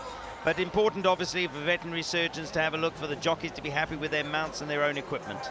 And, of course, the equipment, you know, as they canter down to the start, there is a potential for the saddle to slip a little bit. Make sure all of the equipment is tight, the girth is nice and tight, and everything is A-OK before you start to load them up in those gates. And we're very close to loading up for race 4, a critical race for the Stingers. Muzi Yeni, of course, rode his 2000th winner at a GTH Global Team Horse Race meeting a couple of weeks ago. That was a huge landmark for the Royals captain Muzi Yeni to ride his 2000th winner here under the lights at a Global Team Horse Race meeting. And it didn't take him long to get to 2010, I see. So he's had another 10 runs or wins since then. And that's because Muzi travels the country, rides for the top stables. Brilliant in terms of being available to all the owners and the trainers, because he too rides at a very lightweight. Well, folks, it's now do or die. If you're a Cape Stinger and watching at home, you don't want to see Wendy with another smile on her face. She's had a great evening. It's time we saw Michelle Ricks looking delighted with proceedings. Graham's going to call them in. Half the field still left to load for race 4. Of course, it could get better for Wendy. She's saddled Geronimo here for Muzi Yeni, so they'll be looking for, as a combination, their second winner, and to cement their lead. This is a double-up race for the Stingers as Royal Venus and Donald Gearson move in. You can see Cornet Orfer, the black cap on Top Sail, one of the leading lights in the race surely. Mark Khan and Unique Power go forward, the all-yellow. Mark Khan, the captain's got the yellow with the yellow cap. They set, and away they go. Let's see how it pans out. It's Top Sail and Geronimo. Those are the two that go out in front. It's Cornet Orfer for the Stingers and Muzi Yeni on Geronimo for the Royals. Moving up on the wide outside is Ice and Fire, Keegan DeMello with the orange cap. So as they settle down to race now, Muzi Yeni takes the race by the scruff of its neck for the Royals, and Wendy Whitehead on Geronimo. And Geronimo is the leader from Ice and Fire. Back in second, Top Sail, beautifully placed at the rail in third. They followed by His Master's Voice. Then comes Sir Theodore. The Stingers at the stage are 6th, they 7th, and they're 8th. Right at the back of the field is Unique Power. The captain, Mark Khan, has got them all in front of him as Muzi Yeni comes towards the home corner on Geronimo. Top Sail is being urged along by Cornet Orfer. Ice and Fire travels sweetly for Keegan DeMello. Behind that, His Master's Voice. Then Sir Theodore. Is the yellow charge going to come from the back of the field? It's still Geronimo in front. Top Sail towards the inside, right on the outside. Mark Khan is delivering Unique Power with a good-looking challenge, but it's now Top Sail, it's Geronimo, it's Ice and Fire, it's Unique Power, and Mark Khan coming with His Master's Voice. His Master's Voice and Unique Power. Unique Power, His Master's Voice. These are the two, and it gets close. It's so close. It's above the nose on the line between His Master's Voice and Unique Power. Neil, I'm not going to call it. It could go either way. It could go either way. The race changed complexion inside the last 200 meters. It looked like a cavalry charge, but suddenly Ashton Aries on His Master's Voice and Mark Khan from the tail end of the field in the all-yellow silks and Unique Power. These are the two that pull clear of the field. Does it go to the Royals? Does it go to the Stingers? It's a double race for the Stingers. Mark Khan needs to get that head down. Here it comes. Unique Power has won it for Mark Khan. He's got him there. Unique Power has beaten His Master's Voice. So the Stingers are finally in the winner's enclosure in their double-up race. But who runs third? Who runs fourth? Who runs fifth? The third placing goes to Ice and Fire. Top Sail is fourth. Behind that is Geronimo, and just along the outside, Not Your Call. The Stingers are definitely close the gap, but they didn't take full advantage of their double-up race. But Mark Khan has delivered as a captain should deliver. Terrific racing. This is what global team horse racing is all about. Mark Khan, for all he's worth, throwing the kitchen sink, keeping balanced, pushing his charge out, and Unique Power has won it by an absolute whisker. We were talking about Ashton Harris, what a good rider he is, and he very nearly came to upset the entire party. But you are right, it's still going to be, under the circumstances, a good race for the Royals, because the KwaZulu-Natal Royals will finish in some of the minor money, and in that sense, they have negated the double up. But so important that Mark Khan, as captain, got his horse up to win, because had he not done so, well, then I think the evening would have been over for the Cape Stingers. There's the unofficial result, but we'll wait for the official to come through. But it did look that Mark Khan had done just enough. Yeah, I'm pretty sure that Mark Khan got there on Unique Power. The slow motion replay certainly helped. Live calling the race, I wasn't sure. They went across the line as one. It was hard to call, but Unique Power will get it ahead of his master's voice. But they were followed by Ice and Fire for the Royals and Top Sail. Cornet Orford tried everything he could, but Top Sail just wasn't giving him enough. Absolutely. Well, it's hotting up tonight, and it's been another good race. Although the Cape Stingers have won, I think that the margin between the two sides will not close as much as team captain would have liked, Michelle Ricks, but we'll bring you those points as soon as we hear. There is Michelle. She's striding. At least she's got a winner on the board. That's the most important thing. We're waiting for our good friend Andrew Bond to, in fact, the jockeys probably thought it was so close. They're waiting for the official numbers to go in the frame, because that was certainly close. Very, very close. And you could see why. Mark Khan was once upon a Sunday 5 times champion jockey of South Africa and a winner of many, many Group 1 races around the country. But he came up against a bright young talent in the form of the Royals, Ashton Harris. I think if Ashton Harris, he's got such a natural talent, such a lightweight. He's certainly going to be one for the future, Ashton Harris. Thanks, Graham. It's time for us to get down to Andrew Bond. 16,000 wins and counting, or 16,000 runners and counting. Mark Khan, the captain. Unique Power, my friend, that's all. Yes, we had to do something, and they asked me to pull it out, so captain's got a lead from the front. Very patient waiting race, I must say. Yes, I rode a little bit indifferently to what Doug asked for, but we don't always listen as jockeys. So I just did the right thing I could. Thank you. I'm going to let Douglas Campbell go, one of the veterans of the game. Mark Khan, victorious, the captain for the Stingers, pulls out the bag in the 4th of the evening.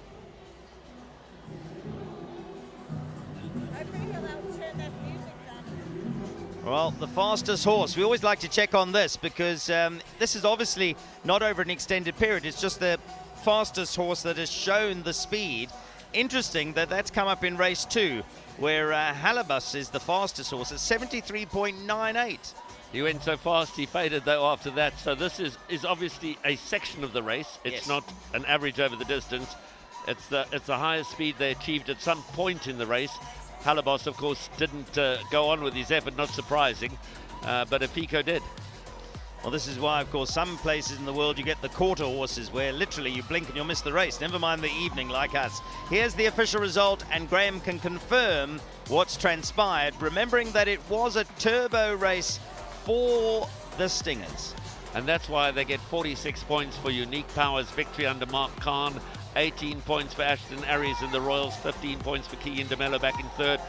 Double up race, so 24 points for Cornet Orford, 16 points for Gareth Wright and Not Your Call, and even the last place Royal Venus gets 10 points for Donald Geertsen, because it was a double up race. But now, of course, we go into a turbo race 5 for the Royals. It's going to swing it around, because the Stingers have only edged ahead marginally, 177 to 163, but they've used their turbo race. They are staring into an abyss. Yes, unless they can win the race, and that's probably going to be the instructions from Mark to his jockeys and to all of those involved in this race, saying, look, we won our double up race and we're just in front, but we need to win the race in which the Royal Blues have doubled up, the Royals, the KwaZulu-Natal Royals. Here's the Night Rider. Interesting, Graham, because this is pretty tight between Keegan DeMello, Mark Khan and Muzieni, and then just behind them, Kabelo Matsiane. This can change quite quickly. Yes, it can, and of course we've just seen Keegan DeMello and Mark Khan in action, so a couple of the other jockeys will have their turn now because they ride in alternate races. So this leaderboard could change quite significantly after the running of race 5. But Keegan de Mello, he's been riding up a storm. The jockey overall leaderboard, this is interesting because Cabello Mazzignani, who rode 3 winners here at Hollywood Bets Gravel on Monday and has ridden 1 this evening, he's on 134 points, and Raymond Danielson is on 132. Gavin Lorena, of course, is the desperately unlucky because he rode for the Gajimas, and he's still on the leaderboard even though he's not riding tonight. Absolutely. Let's go downstairs because there's more action here at Global Team Horse Racing.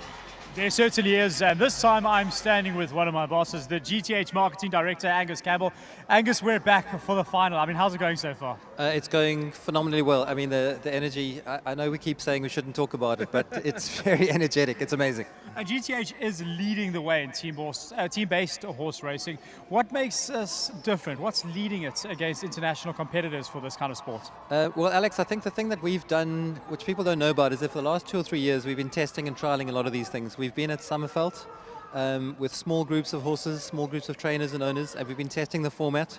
And all the things you're seeing tonight, the trackers, and the fastest horse and all those kind of things, we've been testing and testing over time. And I think that's what sets us apart, is that we're not afraid of taking a few chances, but we believe you have got to test them first. Yeah. And that's the answer. I think that's what's putting us ahead. With this whole new format, I mean, how exciting is it for an investor to get involved with GTH?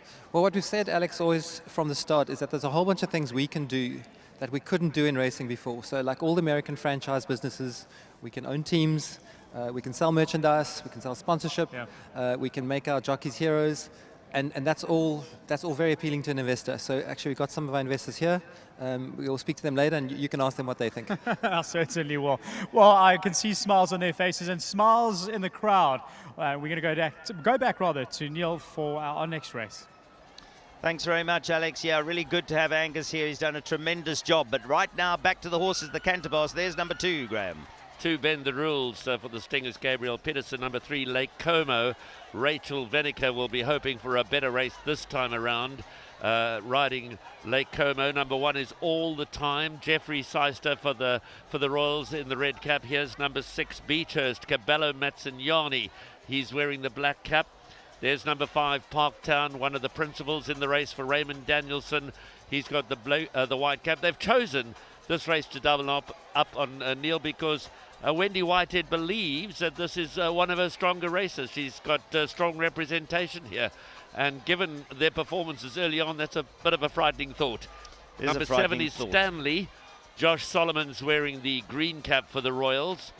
And Stanley's got the red blinkers on as well. Will jump out of stall gate number 7. Here's number 8, Winter Air, Kanya Sakai. He ran second earlier on this evening, did Kanya. Nice ride from him in that particular race. He'll be hoping for more of the same here. Number 4, Pedro. This one has a bit of a chance in form. Craig Zaki will have been disappointed with Aditi's performance. Hoping for better here on Pedro for the Stingers in the orange cap. Number 4, Pedro. Well, Global Team Horse Racing is pleased to introduce the GTH Junior League. Now, this kiddies program is set to launch around the country for kids of all ages, and the GTH Junior League has successfully trialed in Johannesburg, Gauteng. So what is it? Well, it's a graded curriculum aimed at children of all ages and experience levels. It's a standard program that is due to be rolled out countrywide. Now, the entry-level program introduces kids to horses, horse riding, and horse care. Available from participating riding schools, it gets kids off their tablets and exercising in the fresh air while learning and interacting with others.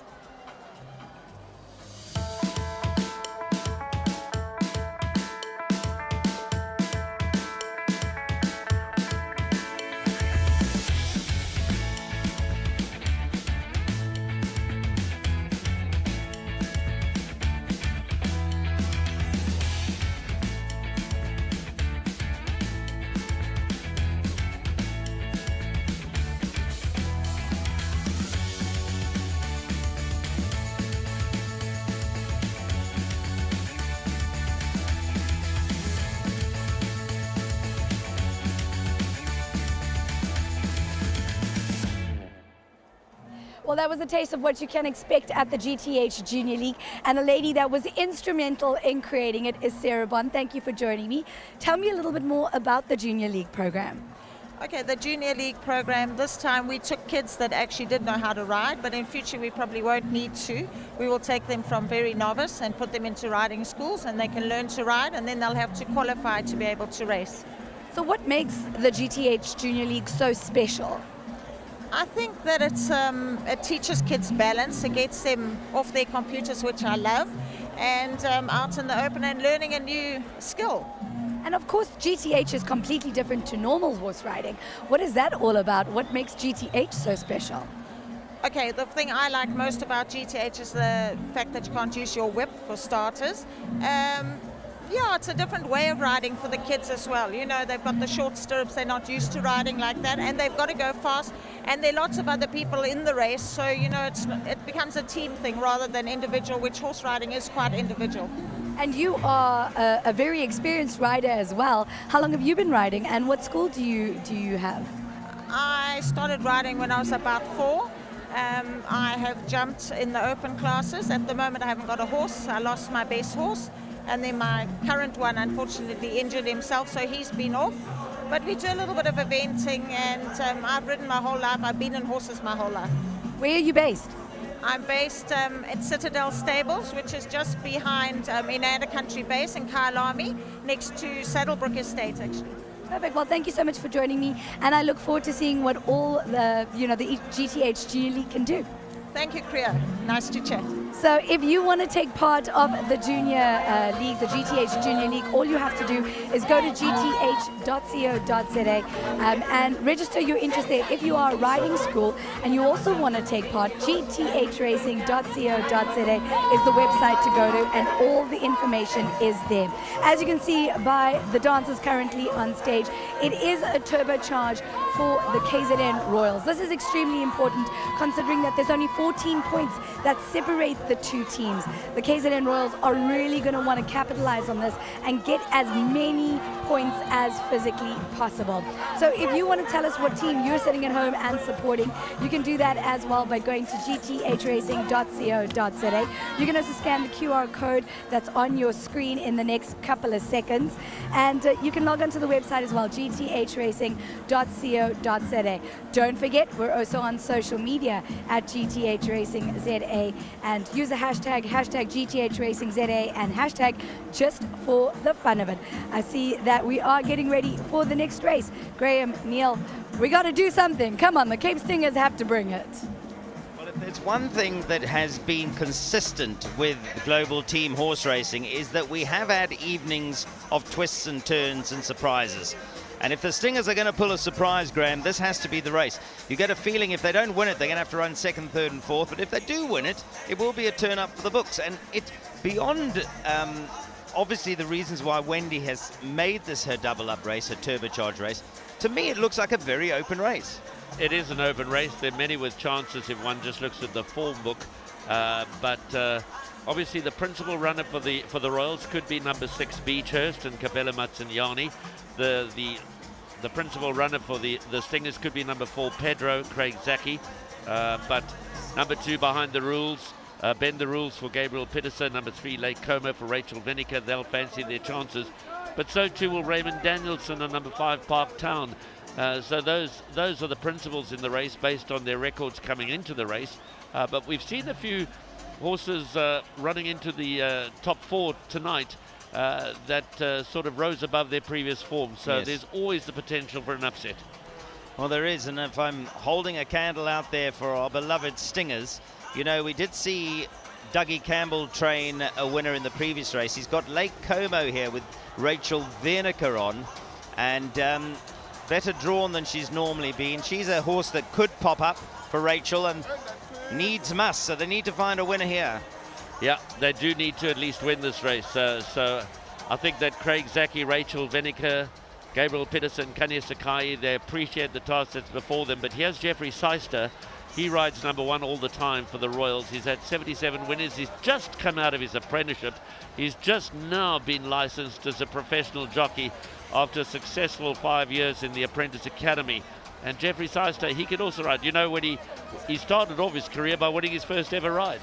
Yeah, absolutely, and that's the way to go. There's Rachel Venica, and she always, I must say about Rachel, she always presents herself extremely well. You can see she's got a beautiful posture. She walks beautifully. She conducts herself well. She really is, for young girls watching at home or anywhere across the world, if you had a young role model, well, this is the perfect example. And there she goes into the gates on number 3, Lake Como. I don't think all of our viewers fully appreciate the bravery of these young athletes, and certainly the bravery of Rachel Venica. There's Michelle Ricks, and she's certainly hoping for a positive outcome in this race. We can see Jeffrey Seister along the inside on all the time with the Royals with the red cap. Coming in next will be towards the outside Winter Air with the green cap. They're just about all set now. 1,400 meters for the last time tonight. The last 3 are over 1,600 meters. They fired away and sent on their way and bend the rules for these Stingers. One of the first to show along the inside for Gabriel Pitterser. Moving up on the wide outside is Beechhurst and Cabela Matsinyana, and Parktown Raymond Danielson for the Royals also going forward. Remember, this is a Royals double-up race, and they'll be looking to put this to bed right here in race 5 as Parktown and Raymond Danielson go to the lead. Bend the rules for the Stingers. Gabriel Pitterser back in second. Cabela Matsinyana is tracking the leaders on Beechhurst. They were followed then by All the Time and Jeffrey Seister. Further back is Rachel Venica and Lake Como. She's got about 4 or 5 to go. They were followed then by Stanley moving up on the outside, and the Stingers at the rear of the field with Pedro running back second to last, and Winter Air at the rail for Kanya Sakai's last, but it's Raymond Danielson and Parktown that will bring the for home. Cabela Matsinyana is asking Beechhurst for an effort. Down towards the inside, bend the rules, and Gabriel Pitterser looking really dangerous, and Rachel is looking for a way through on Lake Como, and right down the inside Winter Air. This one is wide open, and it's the Stingers coming through to the inside, and it's Rachel Venica down the inside, and All the Time on the outside, and Kanya Sakai on Winter Air, but it's Rachel in front. But on the inside of that one is All the Time, but it's Rachel who's in front. It's Lake Como. Could it be a double for Dougie Campbell? Lake Como wins it. What a run from Rachel Venica. Lake Como wins, and the Stingers have also run second. What a race for the Stingers. Well, I called it, Graham. I thought Rachel is what we needed, and we got the girl power. What a terrific ride. As you say, Stingers first, second, and I believe fourth. Well, I said the one thing about global team horse racing, we get twists and turns, and the Stingers have come back from the dead to be right back in tonight's contest. And what a ride by Kanya Sakai on number 8 Winter Air to press all the way to the line, but it is going to be Rachel, but only by a head, as you can see there, number 3 Lake Como, number 8 Winter Air back in second, number 1 All the Time in third, number 2 Bend the Rules, who looked oh so dangerous at the top of the lane, in fourth. Then came Beechhurst in behind that, and the rest trailing in behind those who will get the full and official result. But it is a double-up race for the Royals. They'll get more points than the Stingers, but the Stingers have certainly limited the damage. Hugely so, because they've got the first placing, the second placing, and the fourth. I was so excited to see Rachel coming through that I didn't actually see, but now from the head on, we can actually see that the KwaZulu-Natal Roars have run last and second last as well. So it's almost a dream result, actually, for Michelle Ricks, and it'll certainly level up proceedings, as we've seen every single time on GTH here on a Friday night. You just cannot bank anything until you get to the 8th race. And they needed this result because the cards have been dealt badly against them in the next race, where they've only got 2 representatives because 2 of their horses have been scratched. So in the next race, race 6, it's 4 from the Royals against 2 from the Stingers. But Michelle Ricks has got a little bit of a smile on her face. Absolutely. There she is, delighted. First, second, and fourth. We'll do the calculations. Look, there's no doubt that the Royals will still have a commanding lead, but they've cut themselves back. I mean, in truth, had the Royals won there, I would imagine that the evening was over, but they've kept their chances very much alive. Graham, take us through, and reminding folks, of course, that as you see in third place, it's double points for the Royals as you go through the result. Well, what a big race for the Stingers. It was the Royals double-up race, and the Stingers have run first and second with Lake Como and Winter Air, Rachel Venica and Kanya Sakai. The first home of the Royals, unexpectedly, is Jeffrey Seister All the Time. Then Gabriel Pitterser for the Stingers on Bend the Rules. Then came Cabela Matsinyana and Beechhurst. Behind that, Craig Zaki on Pedro. Parktown folded in the straight after leading early for Raymond Danielson. and never going well was Stanley for Josh Solomons. That's the result, the provisional result of the race 5, which was a double-up race for the Royals.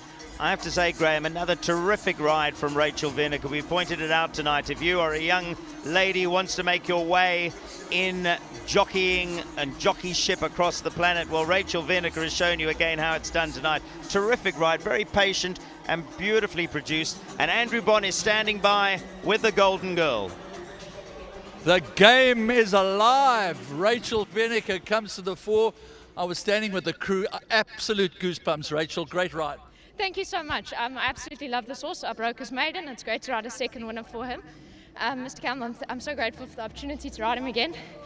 And to his owners and all the connections, it's wonderful. I'm going to let you go and enjoy and savor this beautiful moment with Dave Hawkins. Here's the GoPro. We got the GoPro footage. That's Rachel Vinegar at her brilliant best. Well, there it is. It's a beautiful evening in Greyville tonight here in KwaZulu-Natal, Durban, South Africa. And it's looking a lot better for Kriya and her Cape Stingers. Well, Kriya, between you and I, it looked like we were out with the washing, but Rachel Vinegar and the Stingers running first, second and fourth have given us a bit of a sneak. You know what? If you need to steal points, that is exactly how you need to do it. I was sitting here on the edge of my seat through that whole race, and I'm so glad that the Cape Stingers have come back with some really, really good points. All right, let's have a look at what it's looking like in terms of the Go for Gold leaderboard. Now, this pretty much what I've done is I've told you the whole evening you need to register to win some really great cash prizes. 5,000 Rand for tonight's winner, and if you manage to choose all 6 winners correctly, 100,000 Rand would be coming your way. And the Go for Gold leaderboard is still on its way in the next couple of minutes. I will get back to it, I promise, as we update you on all of the latest information. Remember, there is 100,000 Rand up for grabs tonight if you correctly picked all 6 of those winners. Now, we are in Durban, South Africa. It is the host city, and we have had some great hospitality. Let's take a look.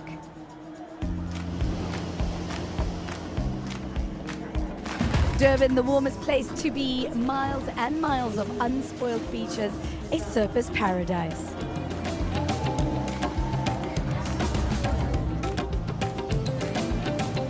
It's world-class accommodation, cosmopolitan, a kaleidoscope of cultures and experiences. It's sun, it's surf, and it's beautiful sea creatures.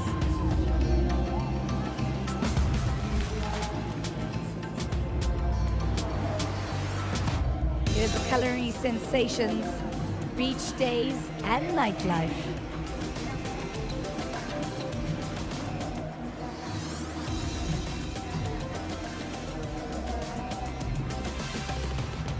It is Durban, the warmest place to be.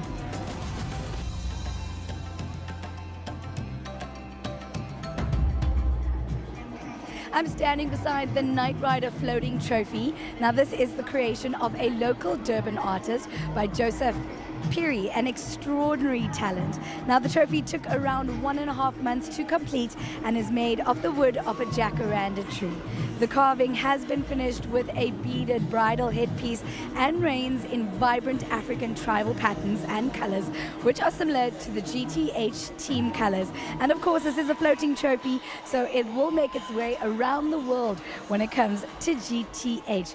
Alex, I hope you've got all the details when it comes to the Night Rider competition, right? Yes, we do. Wow, it's getting heated. It definitely is. Alex, you know what I love about that trophy is the fact that it is a floating trophy, as Kriya has said, which means whoever the Night Rider is for this series gets the honor to give it to maybe next year's Night Rider. And that's besides the 30,000 Rand up for grabs for the overall winner. But let's talk about what's happening at the moment.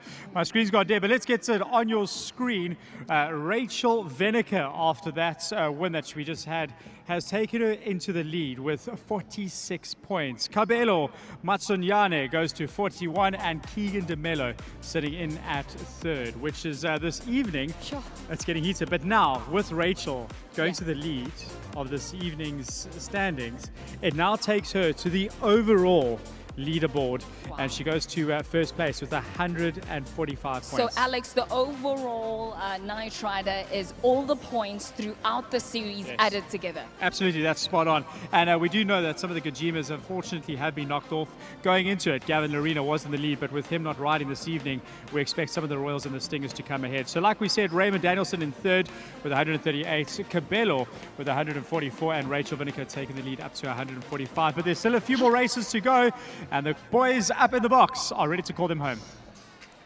Thanks very much, Alex. The runners are coming out for our next race, and well, we're just checking the final points, but at this stage looks like we really have a surprise, because the Stingers have moved up and are not only in contention but might have an advantage. We'll confirm that in a moment, but Graham's going to concentrate for us.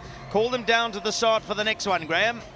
This is the Stingers' big hope in this race. Number 1, Political Party, Corne Orff in the black cap. Number 3 is Pongola, Ashton Aries. Remember, we've got 2 scratchings from this race. We've only got 6 runners. Both the scratchings of the Stingers horses as we watch number 4, Street Art and Muzieni. That's a likely improver in the race. Behind that is Devils and Dust, number 5 for Ati Mgudwa. And here with the yellow cap is Tubbs and Gumedi on number 6, Power Star. But the interesting thing is we are set up for a great finish, because after the 2 double-up races have been concluded, the Stingers appear to still be in front, and that's huge for them. The Stingers appear to be in front, and both teams have used their turbocharged races, but the Stingers are on the back foot here with 2 scratchings. Number 7 is Global Outlook, Gareth Wright wearing the blue cap, one of only 2 horses for the Stingers in this race, the other being number 1, Political Party for Corne Orff. So the numbers favour the Royals to get back on level terms here, but the horse to beat is the Stingers' number 1, Political Party. Well, let's take you through and bring you up to date with some graphics, which will bring you up to date with those official race results. There's confirmation. Rachel Vinegar won it aboard Lake Como. A terrific finish, just getting the better of Kanya Sakai in second, but you can see what it meant to the Cape Stingers. Look at all that yellow. First, second, fourth, and then critically even 6th. And you just have to have a look. You can see the yellows dominated the race. And in a moment, we'll show you what that means as far as the points are concerned. And here is the story with the points breakdown. Graham, bring us up to date with the breaking news. Stingers in front. Yeah, you see there the Royals with their double up. They did actually accumulate more points than the Stingers, but not enough to get their nose in front. 72 points to 61 in race 5 as a standalone. 235 to 238.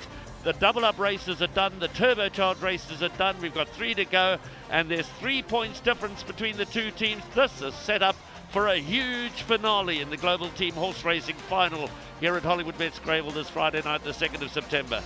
Graham, I can tell you now, as we look at the confirmed tonight standings, I'm next the season, when we have our next Global Team Horse Racing, I'm offering a service, an advice service to the captains on when to double up, because we've seen night after night that they haven't got it right. So if anyone captains wants to try me, because certainly it's not working for any of the captains, we've seen it again tonight. Kriya is dancing her way because the Stingers have got their noses in front. This is my disco ball, we're 3 points ahead dance. Woo! That is right. At the moment we are in the lead, and it's just going to get better as the night progresses. So over the last couple of weekends that we've been here in Durban, South Africa, we've been experiencing true Durban hospitality at the Riverside Hotel in Durban North. It has been an absolutely amazing stay with them. Currently, I have a beautiful room on the 5th floor that is overlooking Umgeni River as well as Durban North Beach, and it is an absolutely amazing experience. Also, VW Vice, who's given us the use of one of their gorgeous branded buses and some of the latest VW vehicles that are on display here at Greyville, South Africa.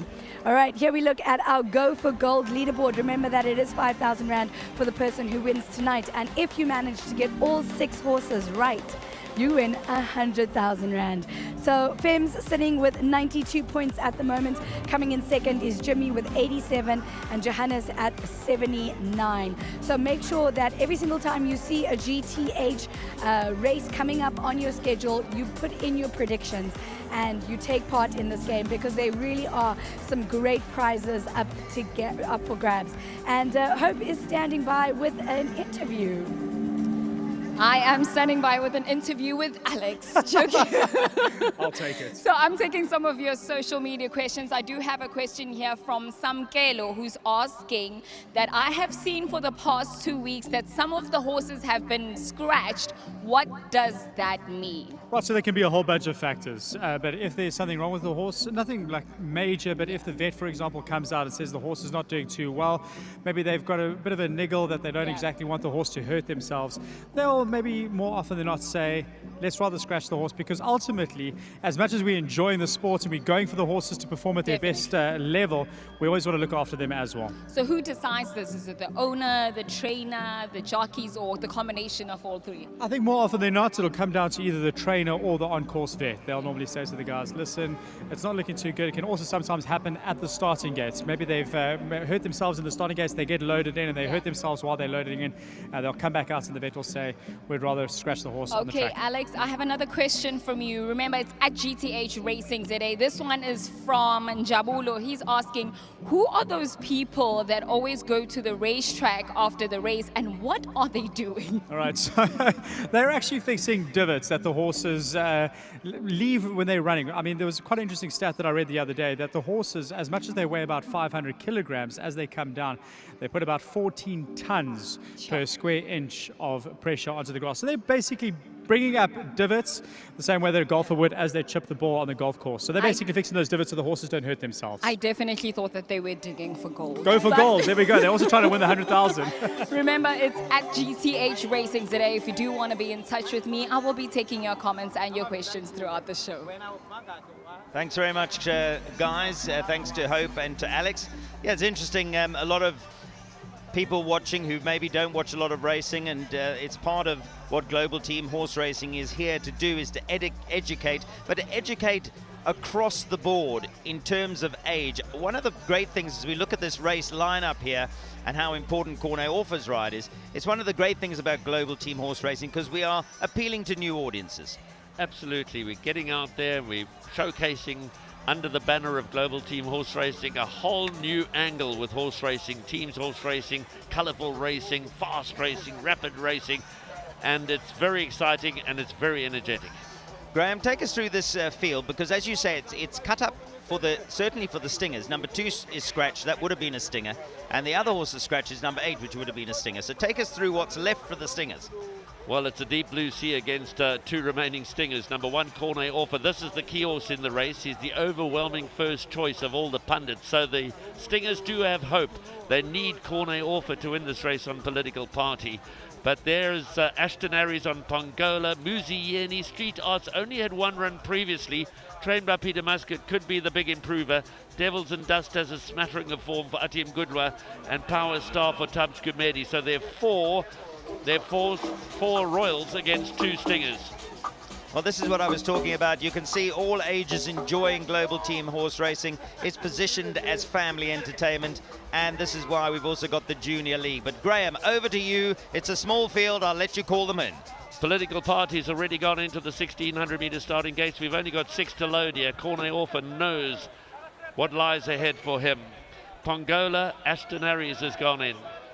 4 blues, 4 royals against 2 yellows, against 2 stingers.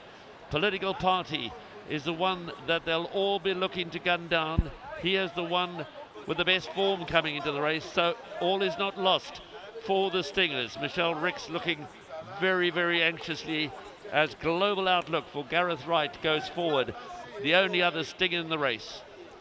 6 of them. Unfortunate that 2 of the stingers' horses were scratched as Muzi Yeni takes Street Art up to its gate. Remember, we're racing for standard points. The double points are a thing of the past, except for the last race, which is double points for everybody. They fired away from the 1,600-metre mark, and Power Star was very slow to begin, and Global Outlook is racing back second to last, but Political Party is handy. Political Party is handy, and Devils and Dust in the pink cap for Atim Gudwa has gone up to set the pace. Muzi Yeni and Street Art just in behind those.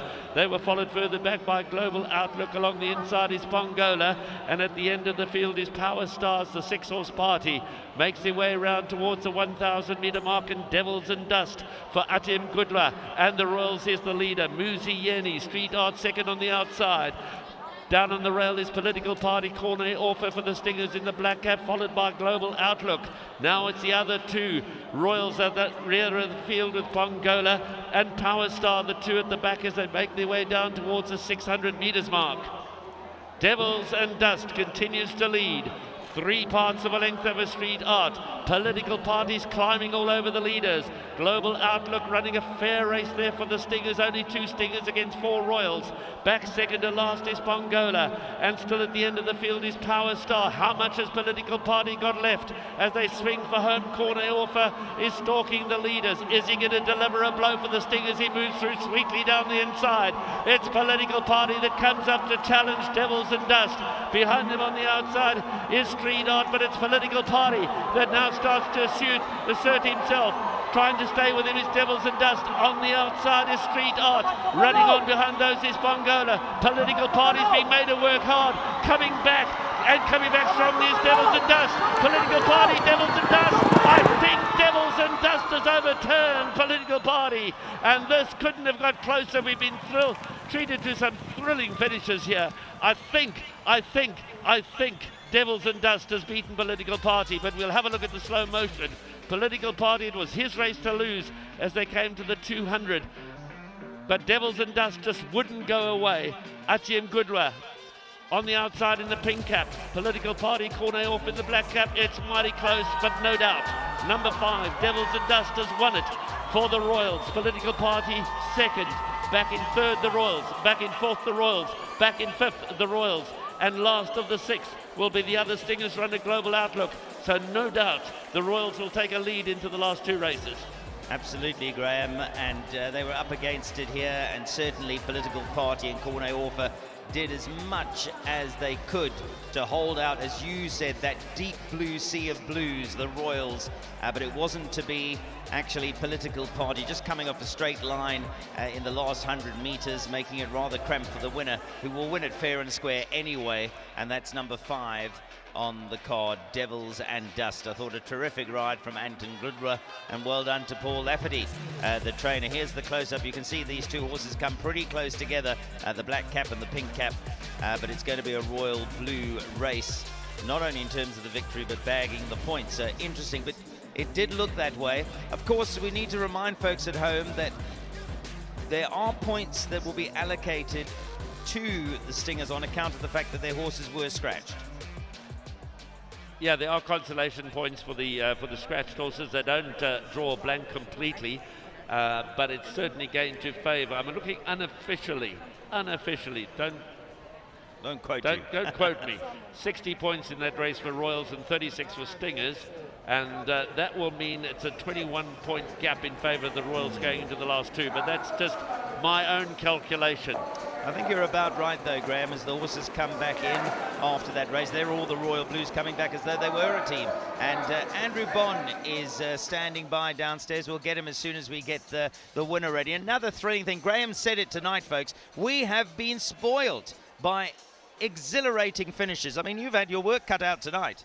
Yeah, and we're sitting well short of the winning post here, so it's hard to judge the angle, but there it did look as if Devils and Dust had got his note, but it wasn't by much. It was closer than I thought it was going to be. I thought he was a much more clear-cut winner of the race on what I saw live, but when you watch the slow-motion replay, of course, Political Party tried really hard to stay with Devils and Dust. It's typical of Graham to be hiding his light under a bushel. Let me tell you, that's why they call him Mr. Racing and Hawkeye, because he's a Hawkeye up here in our booth, and he's got it spot on. We're waiting for Andrew to talk to the winners. I tell you what's going to be interesting again there, because that is Anton Gudra who's taken the win. So it's going down to the wire, Andrew, as we take you to talk to our winner of the 6th race. Atandiwe Magudla, a man who's ridden the jackpot before for Paul Lafferty, and owner John Finlayson. Wow, that was close, but well done, Ant. Thank you very much. Thank you very much. Appreciate that. Yeah, very, very close, but a courageous win from this filly. I felt she was a little unlucky last time not to win, and I'm glad she's made it up here today. Big thank you to Mr. Laff and the winning owners. Fantastic. Ant, I'm going to let you go. Paul Lafferty, you had 2 winners in last year's test. Atandima Magudla is the winning jockey in the 6th.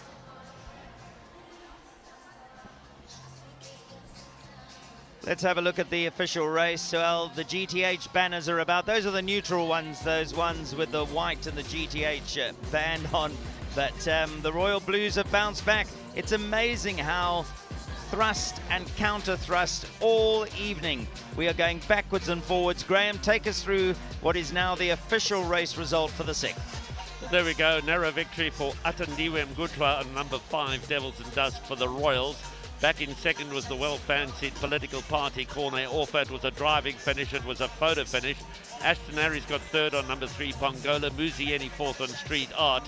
Tabisa Gumedi came 5th on Power Star. So the Royals were 1st, 3rd, 5th, 4th and 5th.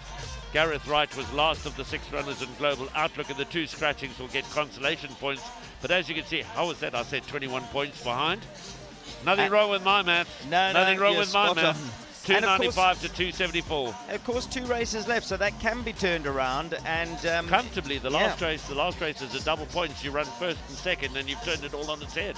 Absolutely. So once again, it's all up for grabs tonight.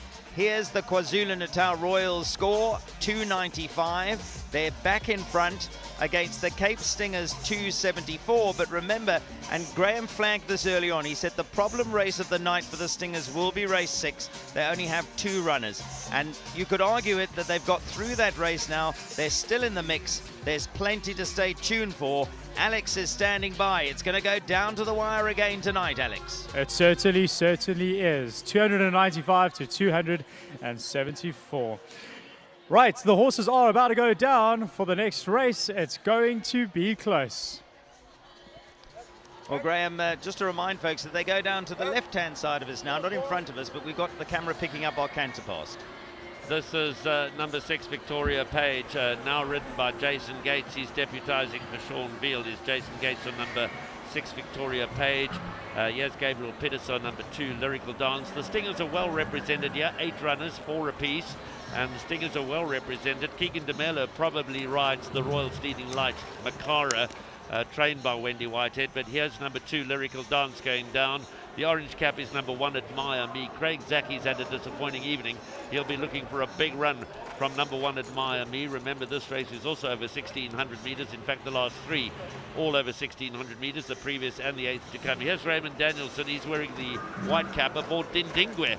Now, this filly was champion filly of Zimbabwe. Interesting runner here tonight, Dindingwe. And here's number 8, Josh Solomons on Mona Shada.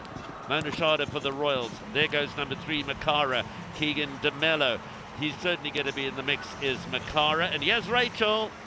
She didn't disappoint us early on, and riding appropriately enough, Lady Legend. Yes, that's exactly what she's fast becoming, a Lady Legend.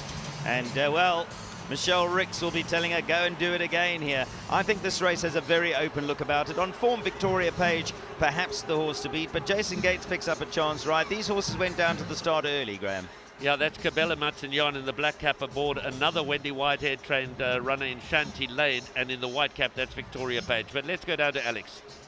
Let's go down to Alex. Sorry about that, Alex. We had to call them down to the start, but we're ready for you now. No problem, and I want to tell you all about Wilgeborgsdrift and Moritz-Fontein stud, and of course the breeding of horses on stud farms to produce purebreds, improve breeds, and create new breeds and types dates back to the Middle Ages. Now, South Africa is blessed with some of the most majestic and diverse landscapes and an abundance of natural beauty, and these often provide a magnificent backdrop for some of our most well-known thoroughbred stud farms. Wilgeborgsdrift and Moritz-Fontein, 2 stud farms approximately 1,000 kilometers apart, have been dominating the breeding of winning thoroughbreds, joined by the mother-daughter combination of Jessica Jell and Mary Slack.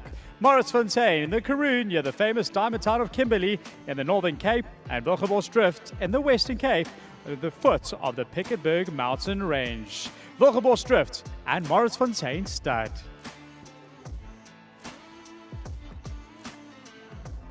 And that looks absolutely beautiful, Alex. But speaking of people who look beautiful, I have the beautiful Zara Dockrot. I'm going to ask you to just do a turnaround for me because, come on. So Zara is socialite, influencer, and model. How are you doing? I'm good, thanks. I'm just happy to be here today to watch the final race. And it's exciting, and I hope you guys are watching. Zara, I want to know, you do love fashion and you're known for bringing it and showing up at events. How did you choose this particular look? And if you are going to watch horse races, how do you plan your outfits? So even though it's not polo, I take all of my inspiration from polo. So I like to have very bespoke outfits, really out there, really sparkly. I just love catching the attention. And how is the vibe so long? How are you enjoying the horse racing? The vibes are immaculate. We're having an absolutely amazing time today, and we were up close with the horses, and the atmosphere is just brilliant today. Quickly, you did say that you've ridden a horse before and it didn't go well. Yes, I have ridden a horse before. I'm not the best at it, but they're beautiful to look from, but from afar. Thank you so much, Zara. Let's leave it to the professionals, right? Well, I will definitely say that the vibes are immaculate. You have to come out to Greyville in Durban, South Africa to experience the vibe here. The Cape Stingers taking on the KZN Royals, and it's definitely a great evening out. If you are sitting at home and want to tell us who you are supporting, then make sure you send us a message by scanning the QR code that is on your screen right now and let us know. You can also win some really great merch, or you can go to gthracing.co.za and let us know who you are supporting there. If you want to chat with Hope, then go to social media and use the hashtag GTHRacingZA. Right, Hope?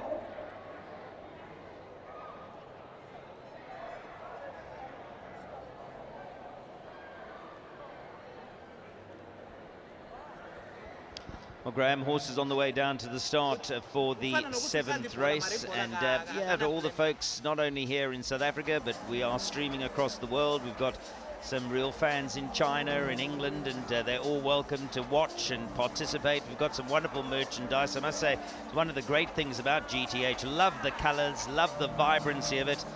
Graham and I are always very comfortable in our own global team horse racing outfits. 4:20 to go for the next race, and a very open contest. We've got the field, and I'm going to ask Graham to run through the field, so we'll show that to you, because it does look like an open race on paper. There are our good friends who keep doing the good work. It's important work, that. But here's the race lineup for race 7. Graham, take us through the card. Evenly matched race, this for certain. Number 1, Craig Zaki for the Stingers on Admire Me, and 2, Gabriel Pittis for the Stingers on Lyrical Dance.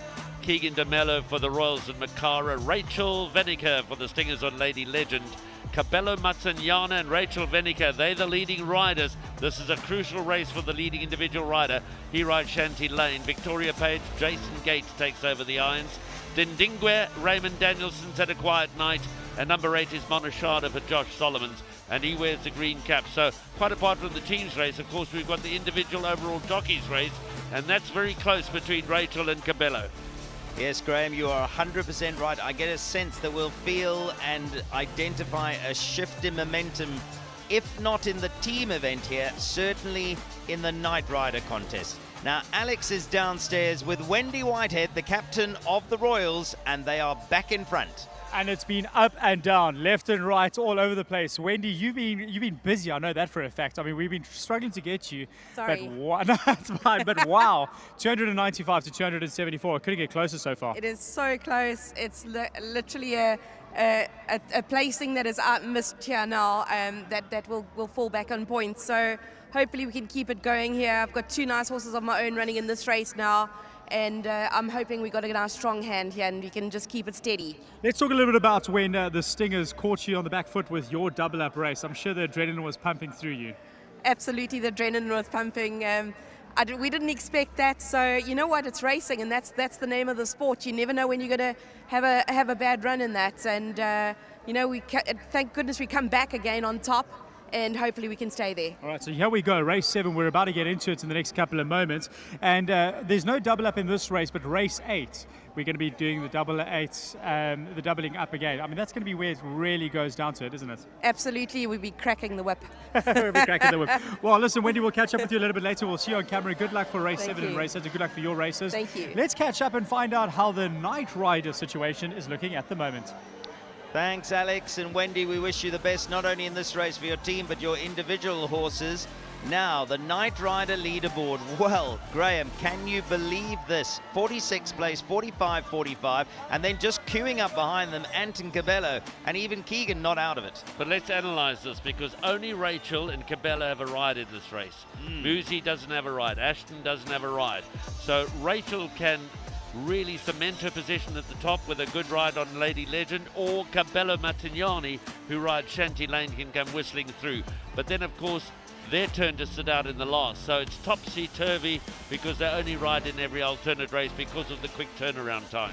Absolutely, you've summed it up perfectly. This is why we love it, because the overall leaderboard will be likewise affected, Graham. Just basically dittoing your comments there. Well, this, of course, is crucial because there's a lot at stake here. And Rachel Venica rides number 4, Lady Legend.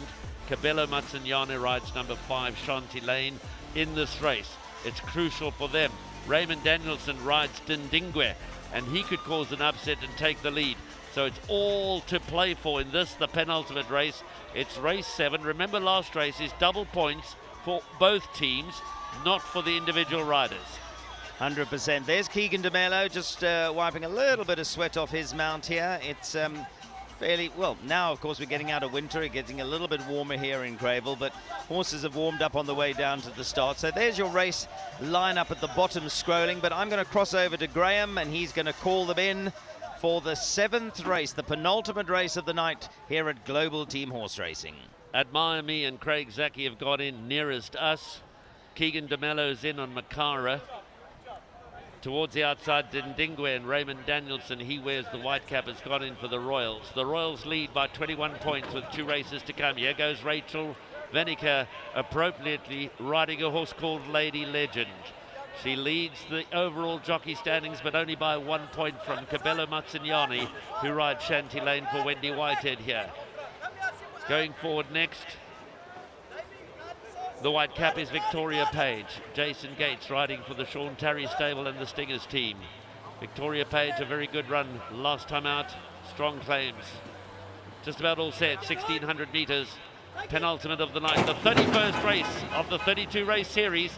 And getting away smartly, Lady Legend and Rachel Venica go to the lead to start with, but moving up on the outside is Monashada, and Monashada's now taken over the lead for Josh Solomons for the Royals. Monashada in front, Lady Legend is second, Lyrical Dance is third, Makara races fourth for Keegan DeMello. Back along there inside, towards the rear of the field is Shanty Lane, being given a chance by Cabello Matsinyani, but Shanty Lane is not settling. Dindingwe is also towards the rear of the field. Victoria Page is about 5-6 lengths off them, and along the inside of that is Admire Me. So as they settle down to race now, go through the halfway mark, and Monashada for the Royals in front, but Lady Legend and Rachel Venica are stalking. Lyrical Dance is third. Back along the inside is Admire Me. Outside of that is Makara. They followed then by Victoria Page, leaving Shanty Lane back 1 from last, and Dindingwe is at the rear, but no more than 5-6 lengths cover them first to last.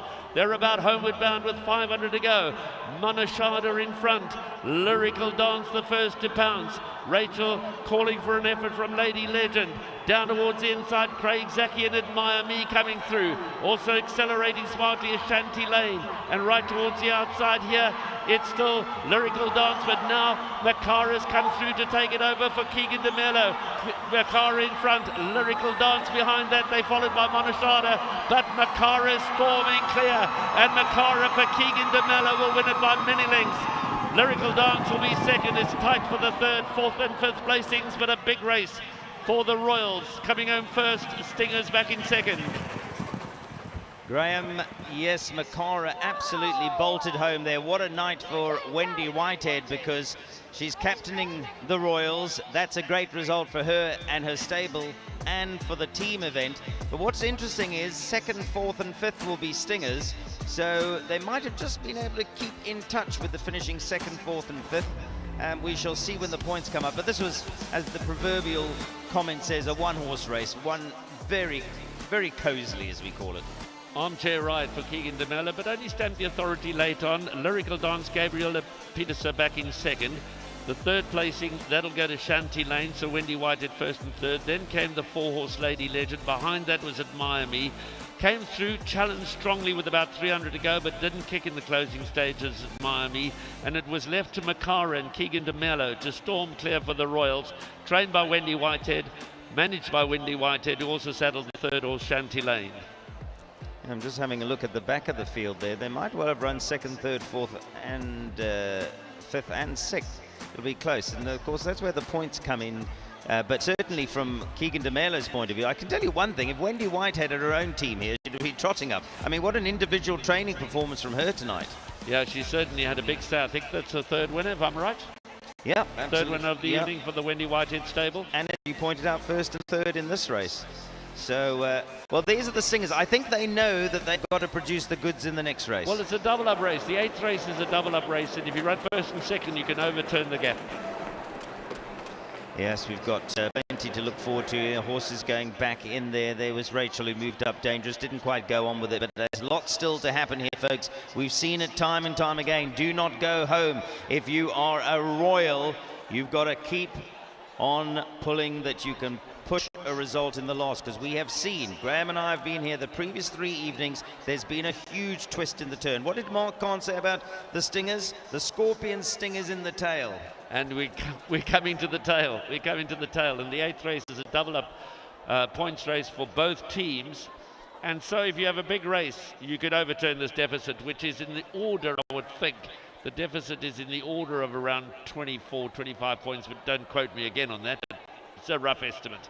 Yeah, and that can quickly turn around. Of course, the other thing is the night rider situation. Keegan DeMello will bag the points there, but there are riders who didn't have a ride in that race, so we'll bring you up to date with how that looks before we go into the last race. But for now, Wendy Whitehead, what an evening. Well, I think Gabella Matsignana ran third, and Rachel Venica ran fourth, so that's critical in that previous race. Third and fourth will put Cabello slightly ahead of Rachel. I suspect you're right. It's going to be going down to the wire. Andrew Bonn is with Keegan DeMello. Well, without in any way detracting from the great performance of Keegan DeMello, first of all, let's pay tribute to Wendy Whitehead, who's the manager of your team, and she's trained outstandingly tonight.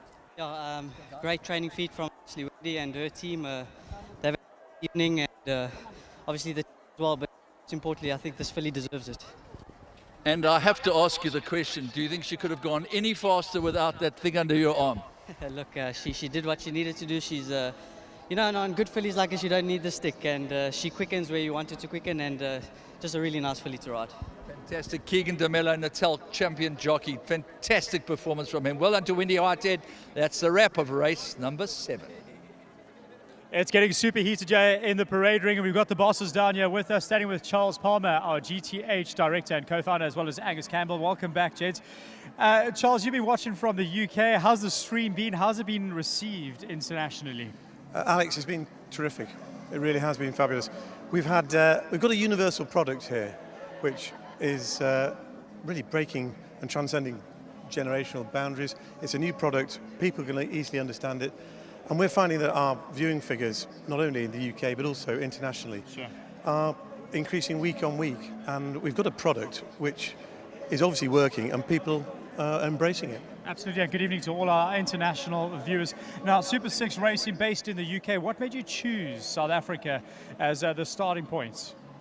Well, South Africa has a world-class reputation. It's outstanding horse racing industry. You've got some of the finest stock, best trainers, jockeys, and it was a very obvious place for us to come and start. And we've been extremely fortunate as well with Gold Circle support, who have embraced everything we've been trying to do. And that's not just from the senior executive team. You can see on an evening like this, and obviously having arrived from the UK this week to see it, it has been absolutely fabulous. From the guys treading in at the end of the races to the stall handlers, we've been given a very warm welcome, and Gold Circle and everyone have really embraced with what we've been trying to do. And I'm going to put you under a bit of a pressure here. We've done this with some execs in other sports all around the world. What is the plan? Because tonight is the final race for the series. What is the plan for GTH next year? We have got plans to hopefully come back here to Greyville. We're also looking to add another team, and we're also looking at other locations around the globe. I can't tell anything about that at the moment, but watch this space. Watch this space. And I mean, Angus, I got to ask you, with the Junior League, which we saw Sarah Bond heading up a little bit earlier, the Junior League is so important to keep racing alive in South Africa and the world, really. Absolutely, Alex. So the research is clear. If you want to build a new fan base, you need to get kids, young people involved, and that's why that Junior League is vitally, vitally important to us. And we can't wait to show you what we're going to do next with that. It's going to be fun. Well, it certainly is, certainly is. Graham and Neil, I know you guys are keeping eyes in the sky on what's happening on the track, and the racing is getting so close. I mean, we last checked, it was 295 to 274 points with the Royals ahead, but I'm curious to know what happened in that last race. Yeah, we'll bring you up to date as soon as we get those official scores in. Graham, though, you've got to love it, because Global Team Horse Racing, there is no time to actually look away, and now we are ready for race 8. But before that, Graham, take us through the official race result, as we now have the result on screen. Remember, no double up in this race. Well, the Royals ran first, third, then 6th and 7th, and the Stingers ran 2nd, 4th, 5th and 8th. Keegan DeMello, of course, taking the victory in comfortable fashion with the Wendy Whitehead trained Makara. Gabriel Pedersen for the Stingers on Lyrical Dance back in 2nd. Cabello Mazzaniani, importantly, getting ahead of Rachel Venniker only by a neck. Chanty Lane 3rd, Rachel Venniker, Lady Legend 4th. And it's going to be about a 24-point difference, I think, now, or looks like it's a little more than that. 347 to the Royals and 319 to the Stingers. So what is that, about 28 points? 28 points difference. 28 points, but that can be overturned, Neil. All is not lost. It's a double points race, the last. So theoretically, if the Stingers run 1st and 2nd, they'll win this. Yeah, absolutely. And there are other mathematical calculations. If they ran 2nd, 3rd and 4th, they'd probably win it too. KwaZulu-Natal Royals 347, Cape Stingers 319. It's going to go down to the wire, but I can tell you once again, the Night Rider is going to keep us on our toes as well. We'll bring you up to date with that story as soon as we get it. The runners are going to come out of the parade ring. Because this race is over a mile, they'll turn left. Here they come down the chute. And Graham, it's fascinating because you've got 2 sets of riders, as you spoke earlier on. The riders that have done their duty in race 7 are not here for race 8. But they will know what is in store for them and required from them. Certainly the Cape Stingers, they'll want to finish 1st and 2nd.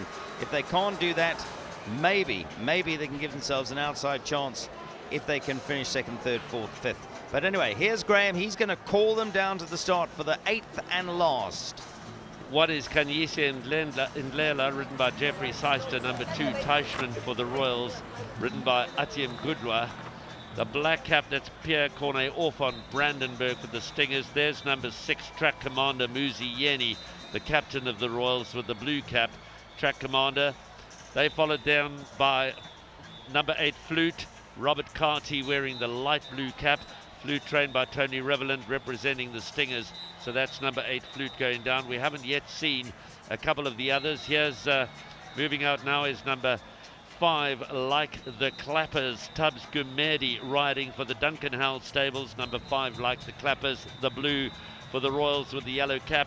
And Gareth Wright is riding number 7, Ricardo, for the Stingers. He's in the yellow with the blue cap. He's a replacement rider for Mark Kahn. Right, the runners 6:14 to this race. There goes number 7 striding down to the start in this 8th race. And yeah, it's going to be up for grabs if they can have a good race, the Stingers, but they will need to win it. Alex is standing by with one of our beloved Proteas. I certainly am. I'm with one of the best all-rounders we've seen for a very, very long time, Andile Pechakwayo.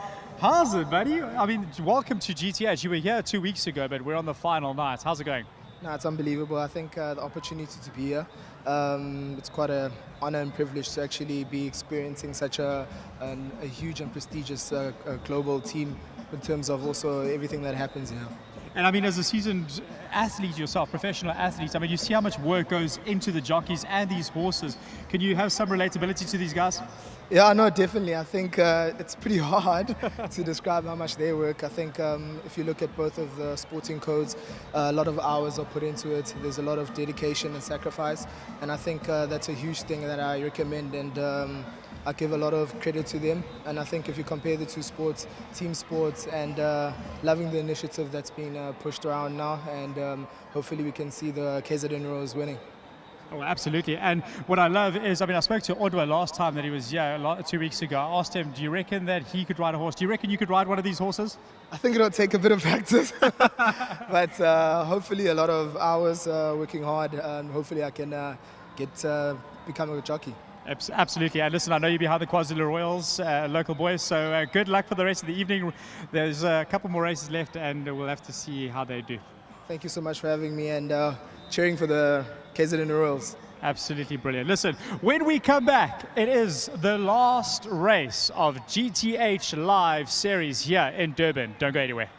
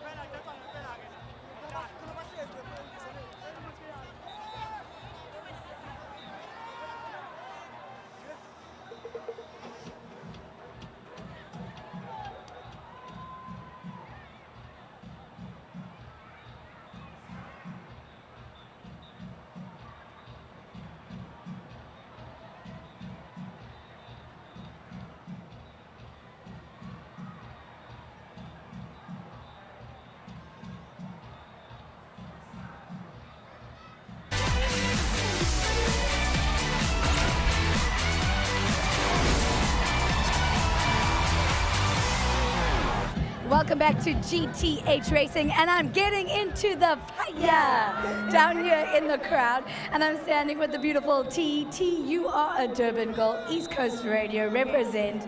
How has your experience been? It's been absolutely incredible. I think I'm a little bit upset in the back of my mind that this is coming to an end, but it's been amazing, right, guys? I mean, T, every time you talk, you get fire. I mean, I want this. How do I get this? Yes, it's what I do. I absolutely love it. I love the audience. I love the people. I love engaging, and that's what GTH is about. But we brought the horses and the people. All right. So I've heard that you are the ultimate hype girl, and I've seen it over the last couple of weeks. But everybody out there wants to see it too. Can you hype us up a little bit, T? Okay. Oh, konkonko. Oh, konkonko. Oh, sanbonani. Oh, sanbonani.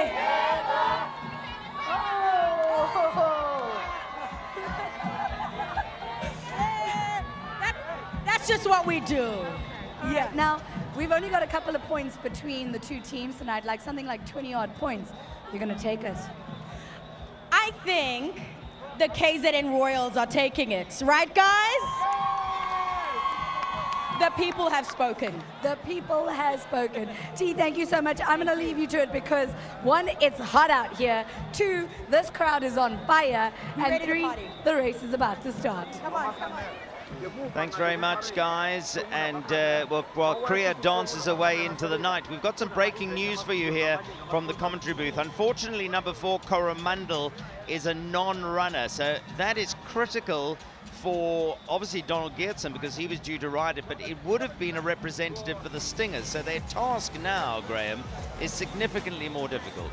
Yeah, the stars are definitely not aligned for Michelle Rix's Stingers team. For Coromandel to be a late scratching and reduce their chances in this race. So there's 7 runners left, 4 representing the Royals and only 3 representing the Stingers, and the Royals lead by 28 points going into the last race. It is a double-up race. A miracle can still happen, but their task became a little bit harder with Coromandel because that had a real chance of winning this race. Let's bring you up to date with the Night Rider leaderboard. Keegan DeMello is finished for the night, but he leads at the moment. So the question is, one eyes dart down to Muzi. Muzi got a ride here? Because if he does... Yeah, he does. He could come and upstage them all, and we've seen him do that again. Of course, just to point out, Neil, that for the individual jockeys, it's not a double-up race. It's only for the teams. So there it is. There's the global team jockey overall leaderboard. Very, very tight at the top. Will it stay like that, or will it change? We will have to find out. Atandiwe rides Teichmann for the informed Wendy Whitehead, and if Teichmann were to win this race, wow, that'll catapult him right up that leaderboard. Absolutely. So lots to play for. There's Wendy. I'm sure she'll feeling relieved because she's got 4 over their 3, so the numbers is in favour here of the Royals. But you know, the one thing about global team horse racing, we've seen it every one of the preliminaries in series 1, 2 and 3, or races 1, 2 and 3, and now again tonight, just when you think things are going to go according to plan, they don't. There's Muzieni, who is riding. Actually, that's not Muzi, is it? That's Tubbs Comedy, and they're starting to load up now. Looks like a twin brother. Teresa, just before you go, Graham, I mean, another very young rider. He was out for some time, but I do feel he's got his best years in front of him. He does. He was off the track for a long time, an injury-forced absence from the track, and his horse, like the Clappers, is proving difficult to load. And, of course, there is a risk that if he doesn't go into the gates, the starter will withdraw him, and that'll even things out a little bit. But that's not what we want. We want everybody to have a chance to race.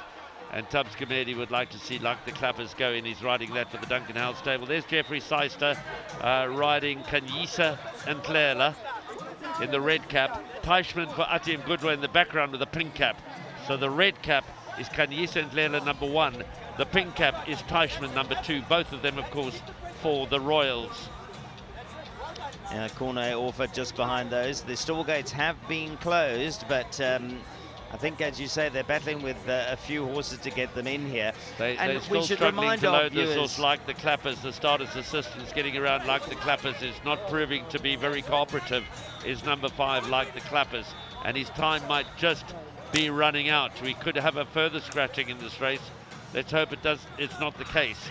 And if I can just say, Graham, at this point in time, the horse's well-being is of primary concern. There goes the Hood, just to point out to our viewers, they're going to give him one final chance. They'll put a blindfold on to like the Clappers. Number 5, ridden by Tubbs Comedy. That's the idea, is to get the blindfold on him. Swing him around. They'll turn him around to confuse the horse a little bit. He's raced before. He knows what this is all about. Perhaps he's just a little edgy. I'm not quite sure why he's not cooperating with the starter's assistance this evening, but he's wanting going in backwards. It's not going to help his cause. Let's try and see if they can get him in, because I fear that his time is running out. We're already 3 minutes past the official off time, and as you can see, he's backing away. He's not that keen to race tonight. If he were to be scratched, we'll be down to 6 runners with 2 scratchings. Coromandel scratched for the Stingers, and like the Clappers scratched for the Royals. That'll even it up. It'll give them 3 apiece going into the last race. Yeah, and it looks like he has been certainly moved aside. They might give him one more go, but unlikely because of the time constraints. And this is what global team horse racing's about. And now they will try with the bulk of the field. So it's all going to come down to the wire. That will be good news for the Stingers. What's not good news is their horse is not going in either at the moment. So we've got a few of these horses playing up a little bit, which is somewhat of a surprise because they are all experienced horses that are reasonably well tried. So the runners going into the starting stalls, and here we go now with I think this is Pierre Cornet-Orfer's horse, number 3, Brandenburg, who they want to now put into the starting stalls without Pierre Cornet-Orfer on it. Tense moments because we don't want another scratching. We don't want this race reduced to 5 runners, and Brandenburg, Cornet-Orfer's mount, is the one that they're struggling with. Absolutely. Well, the handler's like doing a they've got great him job in. of bundling him Cornet-Orfer's in. waiting inside the starting gates. Looks like they've got him in, so Cornet-Orfer. So we're definitely down to 6 with both Coromandel for the Stingers and Like the Clappers for the Royals out of the race. Like the Clappers wouldn't load, and Coromandel was taken out earlier. So now we got the balance to load up. So we're down to 6, but at least it's 3 apiece. Pirate Prince has gone in. As you can see, Kanyisa and Lela nearest us, Jeffrey Seister with the red cap. Going forward, Musi in the all blue, Track Commander. So we're down to 6.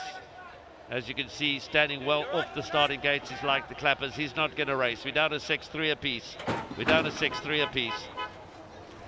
And away they go. They're sent on their way, and Brandenburg got the best of the start for the Stingers and Cornet-Orfer. This is a double-up race for the teams. It's imperative the Stingers win it if they wish to close that gap. And Brandenburg and Cornet-Orfer have gone to the lead. Racing back in second is Teichmann. Back in third is Track Commander. So the Royals are running second and third. Jeffrey Seister's got Kanyisa and Lela back in fourth position. The two at the end of the field of Flute and Ricardo. Those two both for the Stingers as they work their way down towards the 1,000 meters mark, and it's Brandenburg for the Stingers and Cornet-Orfer that has the lead. Teichmann continues to race in second at the rail, Kanyisa and Lela. They're being tracked by Track Commander Musi Yeni. The two at the end of the field are still Ricardo and Flute. Flute with the light blue cap and Ricardo with the dark blue cap as they work their way down towards the 600 meters mark now, and Brandenburg and Cornet-Orfer, they continue to lead it. In the pink cap towards the outside is Teichmann. The red cap at the rail is Kanyisa and Lela. The blue cap, Musi Yeni, the captain. Will he drive his team to victory on Track Commander? Back behind these is Ricardo, and then comes Flute. There's nothing much to choose between them. Musi's trying to weave his way through, and he's coming through strongly on Track Commander, but in the meantime it's Kanyisa and Lela. Over towards the outside in the pink cap is Teichmann. It's Teichmann on the outside and Kanyisa and Lela. Brandenburg is fighting back. Track Commander trying to find that bit extra. It's Brandenburg and Teichmann on the outside, but Teichmann getting the upper hand. And Teichmann for Wendy Whitehead is going to go on and win it. Teichmann wins it at short head. For Atim Gudwa, is he the champion individual jockey? That we'll have to wait and see, but Teichmann has completed a full-timer for Wendy Whitehead and secured victory for the KwaZulu Royals here tonight. Brandenburg brave in defeat, Neil. Oh, what an evening for Wendy Whitehead and her KwaZulu-Natal Royals.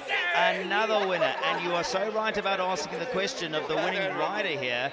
Anton Goodler, has he stolen and sneaked up from off the pace tonight's night rider and perhaps the overall night rider? I think he was 23 points behind, and if the others haven't got it, could be a dead heat up top there. Could be a dead heat, but let's watch the slow motion replay. Terrific ride, by the way. This is Atim Goodler for his second winner of the night on Teichmann.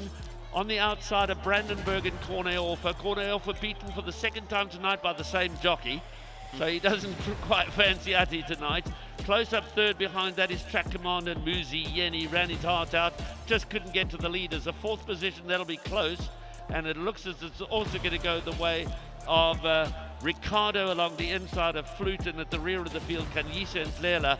But a double-up race it is, but with the winner going the way of Teichmann for the Royals, one has to feel that the KZN Royals have done enough to win the team competition. The question is, has Atim Goodler done enough to win the jockeys competition? Well, it's been an absolutely thrilling evening again tonight, and there's always twists and turns. There's the Wendy Whitehead yard, absolutely screaming their horses home, and what a terrific night for them, as individual plaudits will certainly go to Wendy Whitehead on a number of scores, not only because she captained her team. Look at Wendy, brilliant scenes. This is what racing's all about. It's what global team horse racing is all about. And Teichmann has made it for us. Incredible. You know, in racing, we all know you don't get these evenings too often, Graham. So when they do come in, you got to shout them home. Well, what a night it's been for the KZN Royals, for their manager Wendy Whitehead, and for her in her capacity as a trainer. She's had 4 winners this evening. It's been a right royal evening for Wendy Whitehead. She can't believe it herself. Longtime friend and patron Ian Howard and friends. Ian was shouting home as well.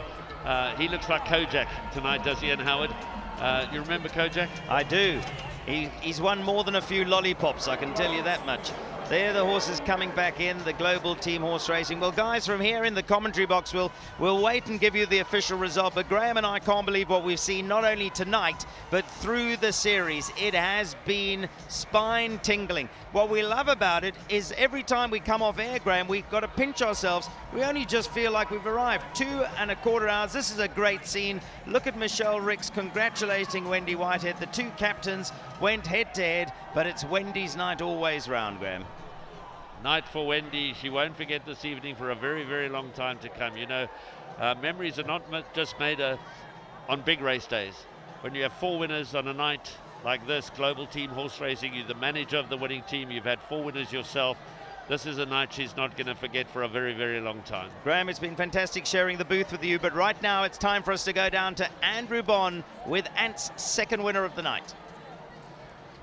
Right, we all remember Teichmann, the great Gary Teichmann, but this is Atandiwe Magudla and Wendy Whitehead's night. Congratulations, Ant, we'll do it. Great one.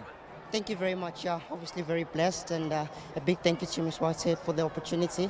It's been a great night for, and it's lovely for myself to ride a winner for as well. I appreciate it. Thank you. Well, you've got some very, very excited, expectant owners going into the winners' enclosure. Let them enjoy their moment of glory. And that's a wrap for race number 8 here at GTH Greyville. Here we have the official results for race 8, and a great performance by the KZN Royals as well as the Cape Stingers. But it is close at the moment. I mean, Alex, we were, what, 20 points apart? This is obviously going to change everything. Yeah, it certainly does. And because that race 8 is a double up, it changes the whole thing. And I mean, everybody's got a double up chance, but race 8 for everybody, and with 2 scratchings, it makes things a little bit differently. All right, if we look at the points breakdown, 102 points for the KwaZulu Royals and 90 points for the Cape Stingers. This is crazy. We're exactly 40 points between the 2 teams tonight. That's absolutely mad, Hope. Can I officially celebrate, Kriya? No. Not yet. We've still got a lot of stuff to happen this evening, but now, Hope, you can celebrate. Well done, absolutely incredible. Well done to the KwaZulu Royals. I was trying to put it off for as long as possible, but it was never going to happen. With that, we knew that Hope was taking it, and of course the KZN Royals. Now, after 2 full hours of amazing racing, 2 teams have gone head-to-head to battle it out over 8 races, consisting of 2 50-50 dashes and 6 full points races. That's crazy. And I mean, this is what it's all about. This is what GTH racing is all about. This is what we've been saying to you over the past month or so. This series will be back. And in case you missed some of what happened over the past couple of weeks during August and September, this is a quick summary of what went down. Here's the highlights for tonight, Graham, and you were at it early on, telling me that the Royals would be very hard to beat, and it started off with a 1-2 for them. Very close finish, but it was all the Royals in the first race of the day. Afiko beating Magically, DeMello beating Solomons, but the race dominated by the Royals.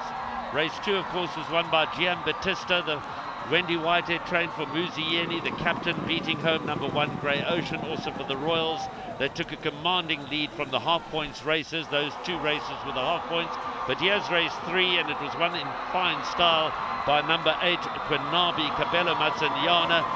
Stormed away to victory to beat home number 2 Phaser. And the 4th race, this was won by number 6. Oh, that's number 6, race 3, winning it. And then came the 4th race. And this was a victory for the Stingers captain, Mark Khan.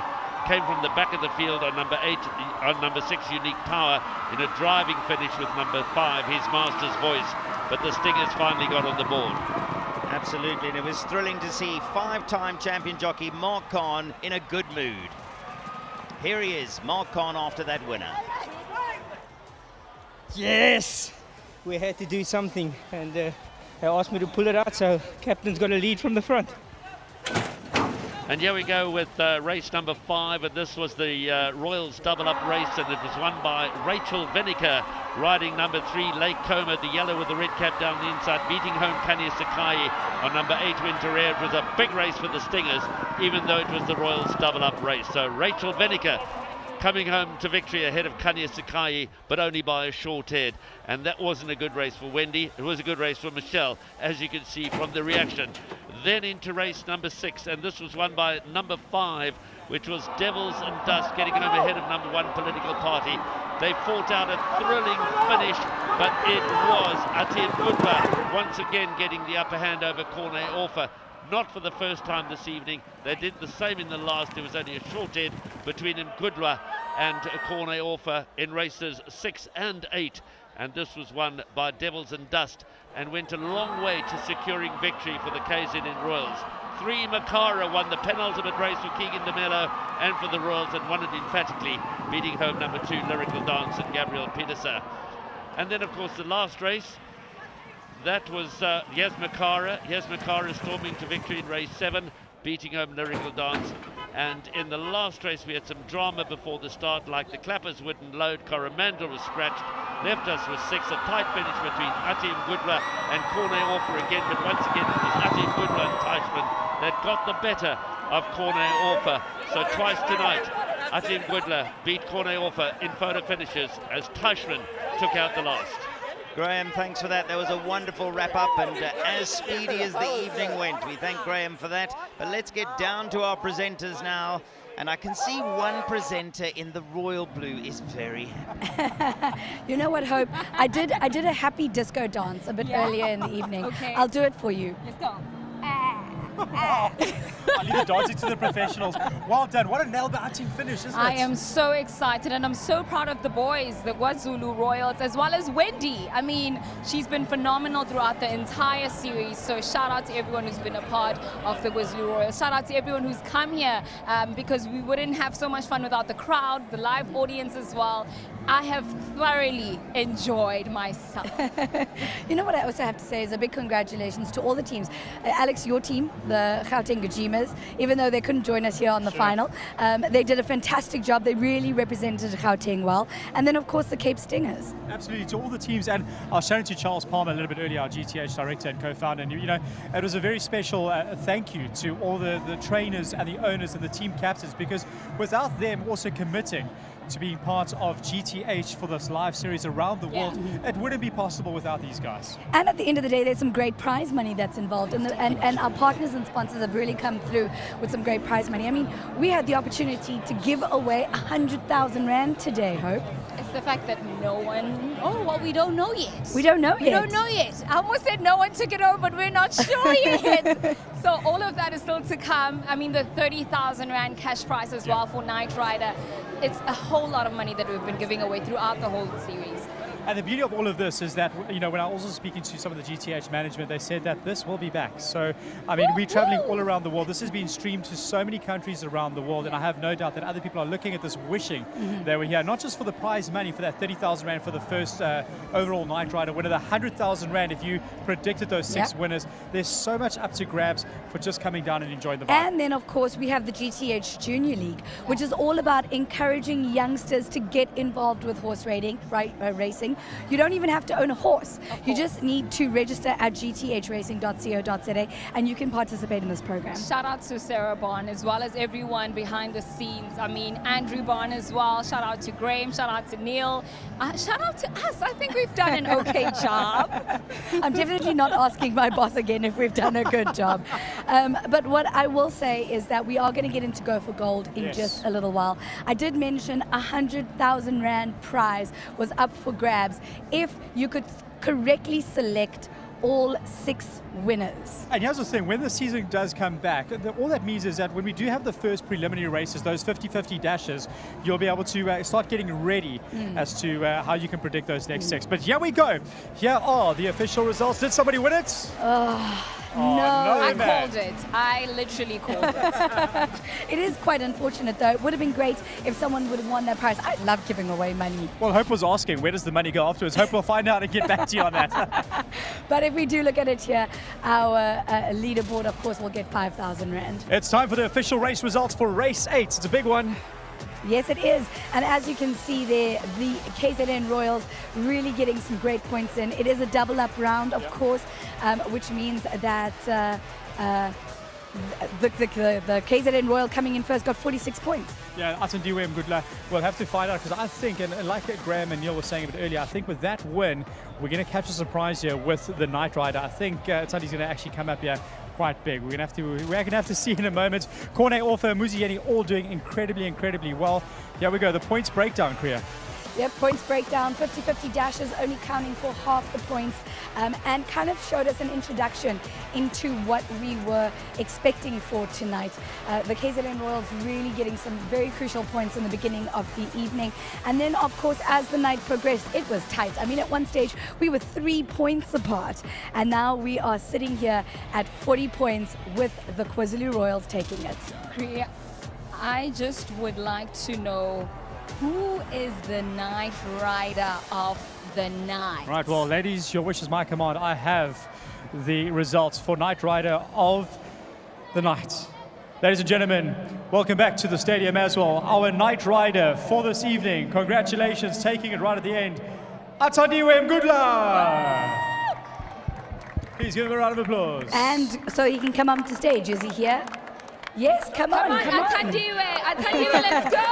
I mean, this is a great prize for you. Do you want to grab a 5,000 Rand check for our Knight Rider of the evening? Very big congratulations. Give him a round of applause, ladies and gentlemen.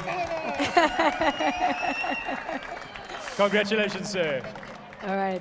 Well, that is Knight Rider of the evening, Alex, and you now have the results for Knight Rider of the series. This is a 60,000 Rand prize pool. Yes, so here we go, ladies and gentlemen. 10,000 Rand in third place, 20,000 Rand in second place, and first prize going with 30,000 Rand.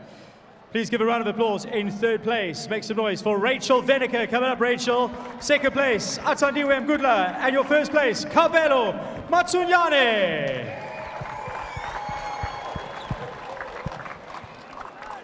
Where's Kabelo? Oh, yeah. All right, there we go. And Atandiwe, you guys, where's... Oh, you go. All right, there we go. Kabelo, well done, buddy. I mean, how incredible was that for you? Very incredible. It's been a good challenge, and you know the Royals really showed class today, and we pulled it through. Yeah, absolutely. And I mean, the team support coming through for you guys, incredible. Yes, 100%. I mean, every time we raced, Willows come in front, and which is great. It showed how much of a team we had, and we were strong right through. And even with the rides, we just shared them, and you know, we just pulled it through very hard today. Well, about 30,000 Rand, and not just that, but Josephat Piri, one of our top artists in South Africa, designed this absolutely incredible trophy. We got Raf Sheikh, our Gold Circle Racing executive, to hand over the trophy. Ladies and gentlemen, please, massive round of applause for Kabelo.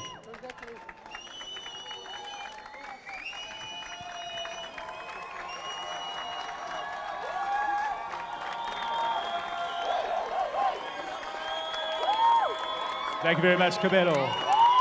All right. Well, Alex, I think it is time for us to call up the winning team for this evening. Ladies and gentlemen, please put your hands together for the KwaZulu Royals, led by Muzieni.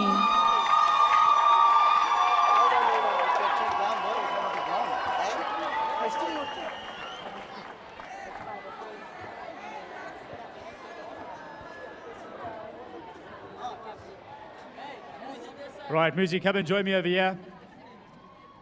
Muzi? Muzi, how absolutely incredible is this feeling? You, your team, Wendy, give us a few words, man. Yeah, it's incredible. Being in racing almost 20 years now, I really got to say how impressive, obviously, GTA for putting something like this together. It gave a chance to the young riders who don't normally get an opportunity to sit on the quality rides as most of us top jockeys do get, so it kind of like spread it out a bit and gave them a chance to also be competitive and good prize money. So well done to GTH. We can't thank them enough. I think we got exposed to very, very nice up-and-coming talent. So great for the foundation, the team that put everything together, Gold Circle. We can't thank everyone enough. Just a great initiative, and I'm proud of my guys for riding like champions, so proud of them. And what has been one of the absolute highlights for you for the 2022 GTH Live Series? The highlights, obviously, I thought, yes, we've been doing the traditional racing for years, and I haven't had, for a normal meeting, get like goosebumps and adrenaline pumped up like this. So I thought it was, personally, for my gain experience and working around with my colleagues, I really think that put a spark in our racing, and it's something that really needs to be considered going forward. Absolutely, and let's talk a little bit about the team management from Wendy. She's been incredible. Yes, I can't thank her enough. You know, it's all team building and team talk, and Miss Whitehead came through with also good runners on the night, and nice to get a few winners on the board, and nice empowering ladies, top ladies as trainers, yes. Some of them winning Julys, so lovely for to do this for the ladies. All right, well, here we go. This is the big moment. Raf, our racing executive from Gold Circle, he's going to hand over this incredible trophy. Ladies and gentlemen, your winners for GTH Live Series 2022, the KwaZulu Royals!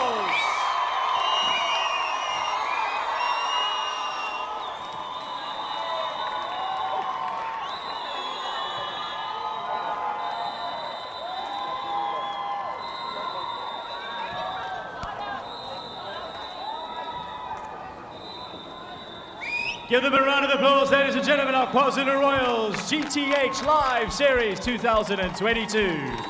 A very big congratulations to the team taking it home for the very first live series of GTH. Thank you so much for everyone coming out and joining us here in Durban, South Africa. We'll definitely see you at the next series. From myself, Kriya Ganga, Hope Mbele, Alex Cage, and the rest of the team, good evening.